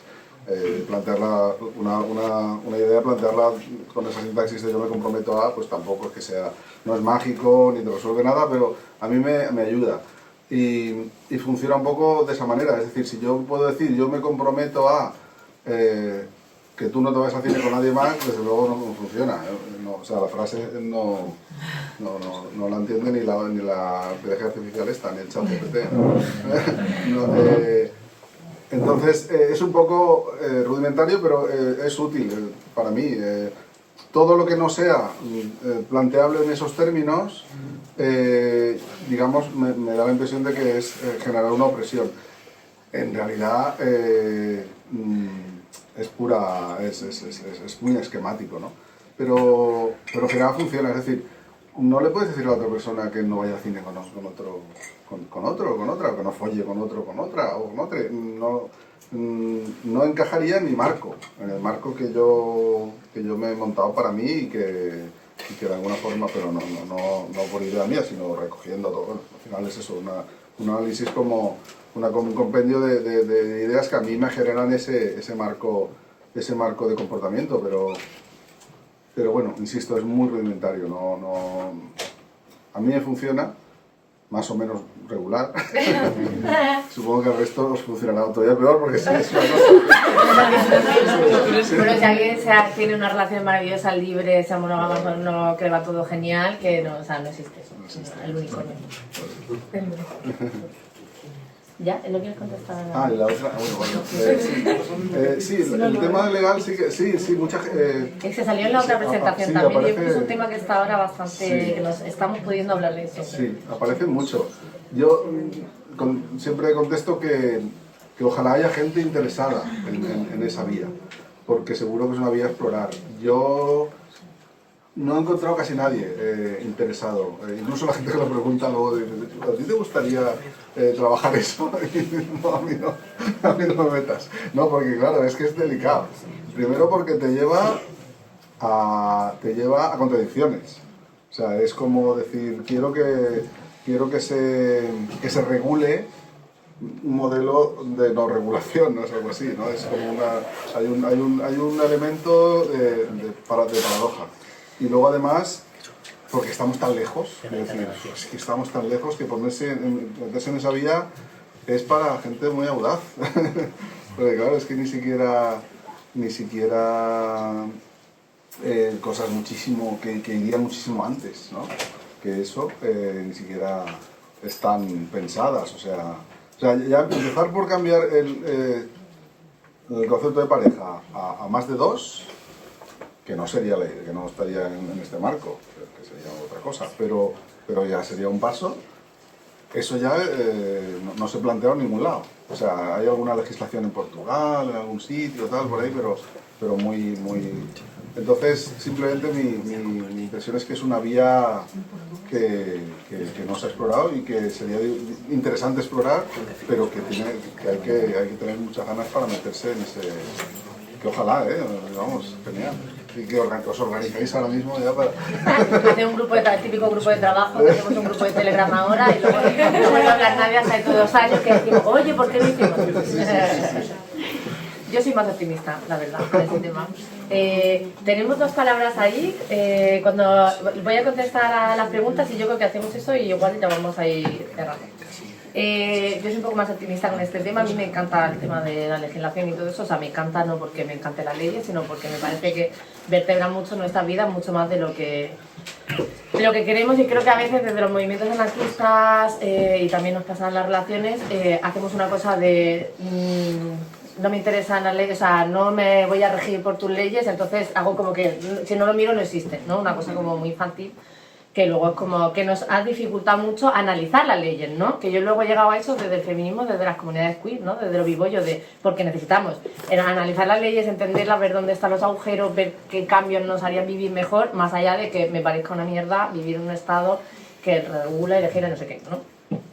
Entonces creo que mirar las leyes, estudiarlas, ver cómo se han abierto agujeros en otros sitios, en otros temas relacionados, a mí eso me parece muy interesante. Entonces, para mí lo interesante en el tema de los cambios legislativos ahora mismo sería, donde yo apostaría más, sería en teniendo esa visión de cómo funciona la matronormatividad, de juntar un montón de cosas, ¿no? Que no tienen que ver con lo romántico y lo sexual solo, poder desempacar eso, como separar un poco es todas esas cuestiones. Eso sí me interesaría. Por ejemplo, que se reconozcan las unidades de convivencia que no son pareja romántica, que eso es una cosa súper novedosa. O sea, eso son la ley de este año.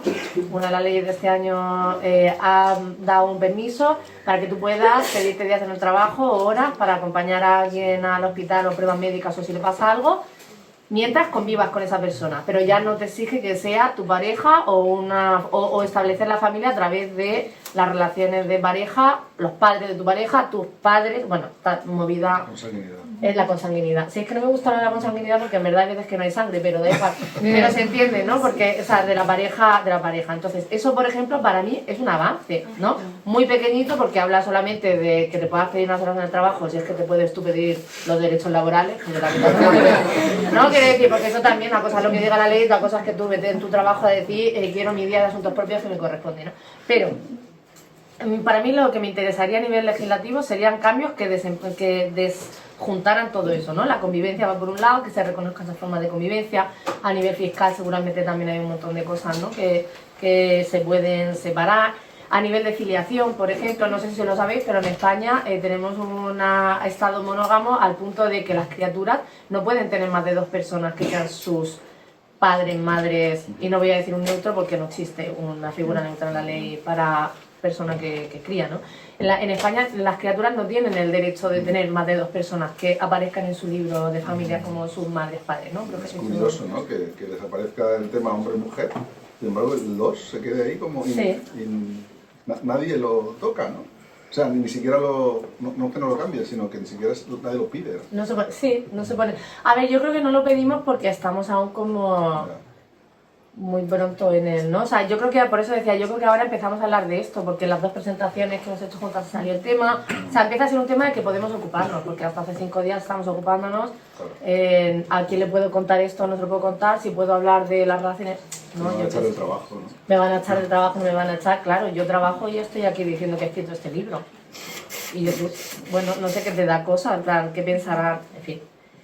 Desempacar un poco de eso, convivencia, crianza. Para mí sería interesante que la afiliación, por ejemplo, sería un movimiento muy interesante, que la afiliación se pueda certificar más allá de o por la consanguinidad, o sea, todo el rollo este de que estés casada o no casada, o en pareja o no en pareja, o sea, que sea porque tienes una relación romántica con la persona que ha dado a luz a esa criatura, o esta historia, o sea, que sea más de la afiliación, además de a través del tema de la pareja romántica o de la parte corporal o de la adopción, porque ya en España ya está reconocida la afiliación por afecto, por vínculo, que es la adopción. Yo decido que quiero cuidar a esta criatura y si se da en cierto contexto y el Estado me da la autorización, se va a reconocer esa afiliación, pero si tiene que ser 2 y además tiene que ser en ese contexto, ¿no? Entonces, abrir eso, ¿por qué no se puede reconocer que hay criaturas que tienen más de 2 personas que las están cuidando, ¿no? O que tienen personas que las están cuidando con las que no tienen una relación de familia consanguínea, ¿no? Y es que eso es una realidad, eso ya está, o sea, quiero decir. Entonces, para mí iría un poco ese tema por ahí, y luego de que nos podamos casar más de 2 o 3 personas, o sea, para mí lo interesante sería ir desmontando el matrimonio para meter todas estas cosas, porque a día de hoy, por ejemplo, si tú te casas, una de lo que pone en lo de la movida esta de casarte es que no puedes, reconoces que no tienes relaciones sexuales con otras personas. O sea, que no tienes relaciones paralelas, que eso lo leerían como a nivel de relaciones sexuales, ¿no?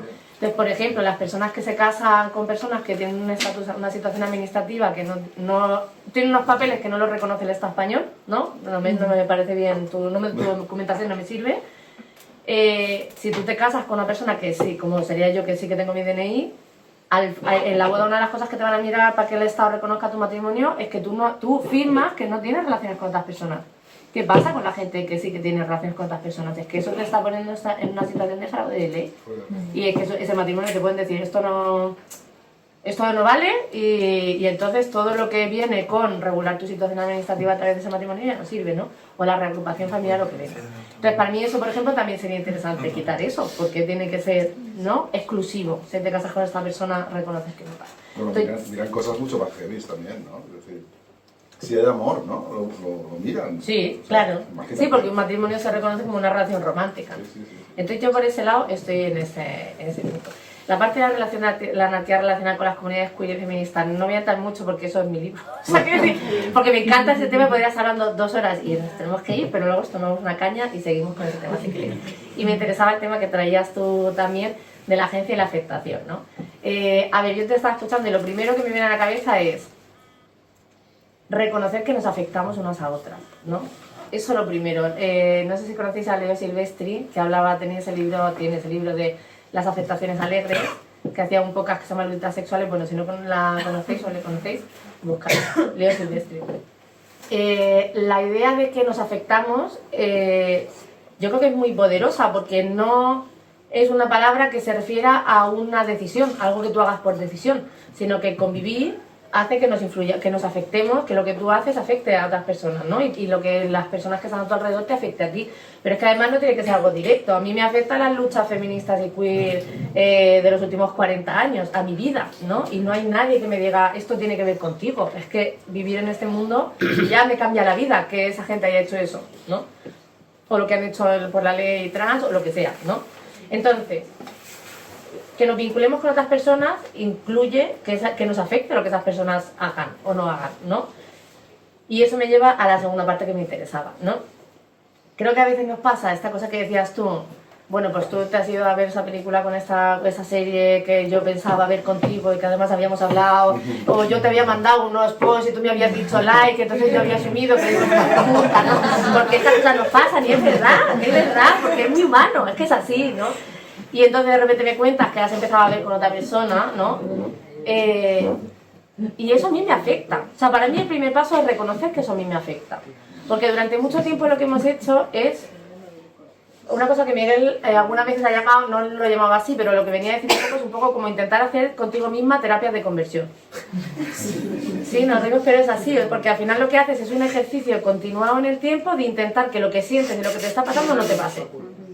¿No? Porque no es políticamente correcto, porque no te gusta, porque te sientes avergonzada, porque te da rabia, porque te pasan muchas cosas, ¿no? Y entonces, claro, lo que haces es decir, no me pasa, no siento esto, o lo siento pero no se lo digo a ti, no te lo digo a ti. Te sientes culpable además. Te sientes culpable, además como no lo hablas y no se lo dices a la gente porque te da muchísima vergüenza, pues cada vez te da más vergüenza y más culpa. Total, que eso no nos resuelve nada, porque al final estamos, lo que decíamos antes, cada una sola en su casa, angustiada profundamente, pensando que ella sola está sosteniendo la monogamia estructural del Estado y las leyes y el matrimonio y no sé cuánto, porque resulta que a mí me ha dado miedo que tú hayas, o me ha dado rabia, coño, que tú empezar a ver esta serie con esta persona, ¿no? Entonces, esta serie de cosas lo que me lleva es al punto de... creo que estamos haciendo un movimiento en los últimos años muy interesante, que tiene que ver con empezar a reconocer que esas cosas nos afectan y que no pasa nada. Y que decirle a una persona me afecta, decírselo a la persona, ¿no? No a tus amigas, a otra gente, que también, por supuesto, también, yo siempre fan. Decirle a una persona cómo tú te sientes y cómo te hace sentir algo que está haciendo, ¿no? Cómo tú te sientes con eso que está pasando, no es decirle a esa persona lo que tiene que hacer, ¿no?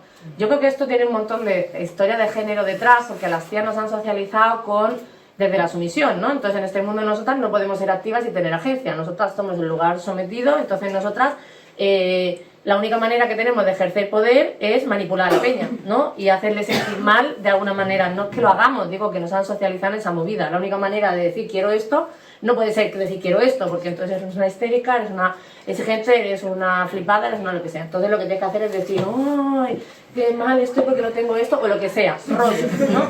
O sea, al final nos han socializado en esa movida.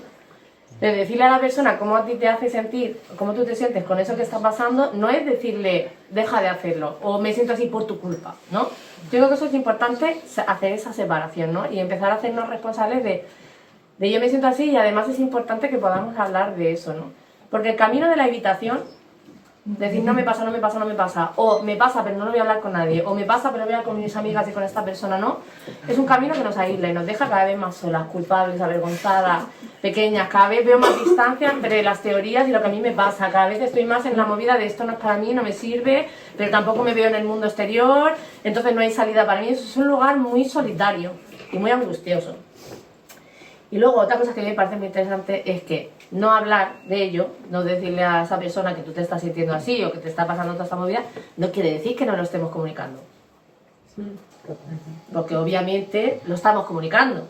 Obviamente, pues a veces te respondo con menos rapidez. A veces otro plan que iba a hacer contigo, pues no te lo propongo porque te estoy un poco pinchando por otro lado, a ver si te das cuenta de que yo quería hacer esto y eso me molestaba. A lo mejor muchas veces ni siquiera es consciente, ¿no? Y a veces me lo puedo contar como, bueno, no, en realidad yo estoy como cogiendo mi espacio porque así pues le doy más libertad para que haga lo que quiera y yo me voy a sentir mejor. Y no, lo estás haciendo porque te has prestado. Te has dolido, te sientes pequeña, lo que necesitas es sentirte más cerca de esa persona y lo que estás haciendo es todo lo contrario, ¿no? Entonces todo eso es muy humano. Yo creo que estamos en un momento en el que durante muchos años no hemos hablado de nada de eso, porque había que ser la persona poliamorosa perfecta, ¿no? Eso está definido así. Yo hablo de ese libro también porque me parece muy interesante que eso hay que leerlo, para mí hay que leerlo en un sentido estructural, hay que leerlo como una forma de estima interiorizada. Vivimos en un mundo que te dice todo el rato tu forma de relacionarte no funciona, es una mierda, o te va a hacer infeliz, o solo dura para un rato, o hace daño a las personas, es egoísta, solo hace lo que te sale del chocho, no sé qué. ¿Qué pasa? Que desde las comunidades hemos tenido durante mucho tiempo igual que en las comunidades vivo yo, una necesidad de decirle al mundo todo el rato, todo está bien, esto funciona, porque la carga de la prueba la tienes tú. Tú tienes que demostrarle al mundo que ser bollera, tener una relación con otra tía, es algo que te puede hacer feliz, que puede funcionar, que puedes... Que es posible. Que es posible, claro. Y con las relaciones no monógamas pasa lo mismo, ¿no? Tú tienes que demostrarle al mundo que esas relaciones funcionan y si no te va bien o te va bien, pero te sientes rabia y celos y vergüenza y culpa, que es lo normal en una relación, porque las emociones nos sirven para regularnos con la gente y con nosotras mismas, lo esperable es que a lo largo de nuestra vida, toda la vida, vivamos todas esas emociones en las relaciones, ¿no?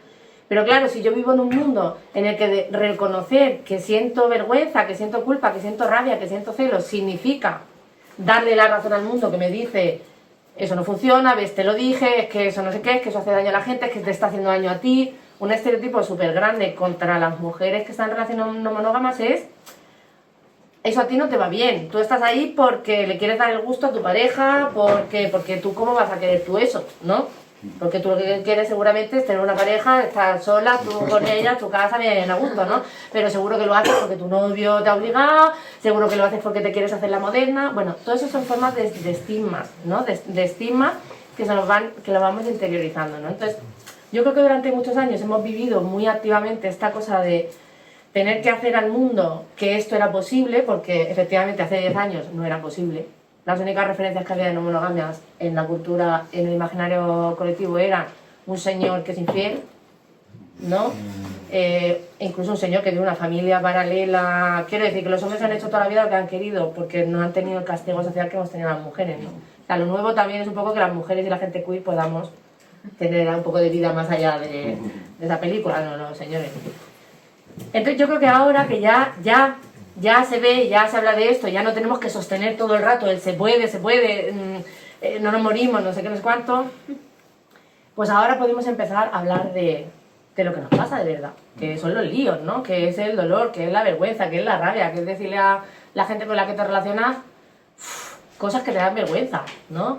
Pues yo he sentido esto y vaya palo, ¿no? Pero después de que se lo digas tú, pues la otra persona también te puede decir cuando le pase eso, porque tú cuando le pase eso a alguien que te importa, ¿tú quieres que te lo cuente o quieres que se calle y se sienta avergonzada y culpable y rabiose, pero no te lo diga a ti ni a nadie porque se sienta una mierda? No. Entonces, bueno, para mí tiene que ver con ese tema de asumir. Yo al final del libro hablo un poco de esto con el sentido de la mancha, de que no queramos ser nosotras las inmaculadas, ¿no? De hacerlo perfecto, hacerlo todo bien, porque nosotras, en concreto la gente de las comunidades queer, nosotras venimos de la mancha, ¿no? Nosotras venimos de lo que no está bien. Y entonces, como en ese movimiento de querer decir, no, es todo perfecto, es como es lo contrario. La mancha nos da también espacio para ser quienes somos, no es no tener que ser perfecta. Sí, yo en ese caso me acogería a la idea de que, lo digo porque desde mi perspectiva, creo, o sea, lo estoy como pensando a partir de lo que dices, que me parece básico y me ayuda a entender un poco lo que hago yo. Y yo creo que tiene que ver con lo estructural, en el sentido de que a mí me obsesiona no condicionar a otras personas, porque lo que se espera de mí es que condicione, porque soy o sea, lo que se espera de una persona asociada como mujer es la sumisión, es que trague con todo, y lo que se espera de mí es que acabe haciendo lo que, o sea, estructuralmente que acabe haciendo lo que me interesa. Entonces, un poco lo que había que ver es esa dimensión estructural. Igual nosotros tenemos que hacer un esfuerzo por no condicionar, y vosotras tenéis que hacer, bueno, hablando sin entrar en binarios, sin entrar en grises, ¿no? Y vosotras por no dejaros condicionar, a lo mejor, ¿no? Es decir, esa sería la dimensión estructural. Y Más un que poco por no por- dejarnos condicionar, por condicionar, ¿no? Por decir, esto es lo que me pasa y esto, Claro, esto claro. importa. Sí, sí, sí. Esto tiene un espacio y esto lo puedo decir y está bien y no soy que no, o sea, Claro. lo que me importa. Sí, sí, subvertir o sea, de hecho, subvertir viene de cambiar la versión, o sea, etimológicamente de cambiar la versión estándar, ¿no? Es irnos a la versión que está por debajo, que es la contraria de la estructural. Y luego también un poco cambiar el marco, porque tanto como cuando preguntamos como cuando contestamos, siempre el marco es una persona y otra, ¿no? Pongamos todo el rato, mi propuesta es pongamos todo el rato la red también en el dibujo, en la imagen. No pensemos cuando alguien se va a ver, no, pensemos que hay una red ahí y que está todo el rato, y entonces eso a lo mejor también nos ayuda un poco a verlo de otra manera, ¿no? Sí, está esa persona, pero también está la red. Vamos a colectivizarnos, igual es una palabra un poco bestia, ¿no? Pero bueno, un poquito, a colectivizar un poquito también las gestiones, ¿no? Porque al final estamos hablando de gestiones, que es una palabra horrible, burocrática, ¿no? Pero sí, es la que usamos, ¿no? Colectivicemos un poquito a lo mejor y entonces igual se nos ocurren otras dinámicas, o discurrimos por otros cauces, ¿no? Vale, bueno, pues las dos palabras que había y vamos a cerrar, la gente se nos está yendo y además Sí, claro, la gente además, está yendo tenemos que hasta... cerrar aquí. Había personas que no sé si se ha ido. Yo creo que sí se ha ido, sí, porque hemos hablado mucho, ¿no? ¿La otra era yo? Sí. Vale, es que no sabéis si era otra persona. Bueno, quería comentar algo que no me ha gustado. Como a mí no me parece un ladrillo el libro. De hecho, o sea, me lo leí como en un veranito, medio 10 páginas al día, poco a poco, y para mí me ayudó mucho a entender lo que es la interseccionalidad, porque me parece que como explica muy bien cuáles son las relaciones entre las distintas violencias que hay, y esta nueva forma, esta forma de verlas desde la anarquía, ¿no? Y de hecho, me parece relacionado con lo que has preguntado tú antes, porque a mí me parece que cuando se hacen avances sobre feminismo, sobre el tema queer, también se hacen avances sobre la anarquía relacional. Por eso quizá también se nos ve tan lejano, ¿no? Porque se basa porque ahora mismo yo lo veo cosas que no se pueden separar, entrelazadas, ¿no? No podemos imaginarnos un mundo en el que no haya estos prejuicios, estas cosas asentadas ya, ¿no? Sobre cómo nos relacionamos, esta Normatividad. Sí, que me cuesta decirlo, sí. Amatonormatividad, más o menos, ¿no? Sino antes, o sin otras violencias, ¿no? Que vienen detrás, ¿no? Y por otro lado, también quería comentar que cuando, luego más años más tarde, leí el tuyo, me pasó algo curioso, que yo estaba empezando y me causó también rechazo.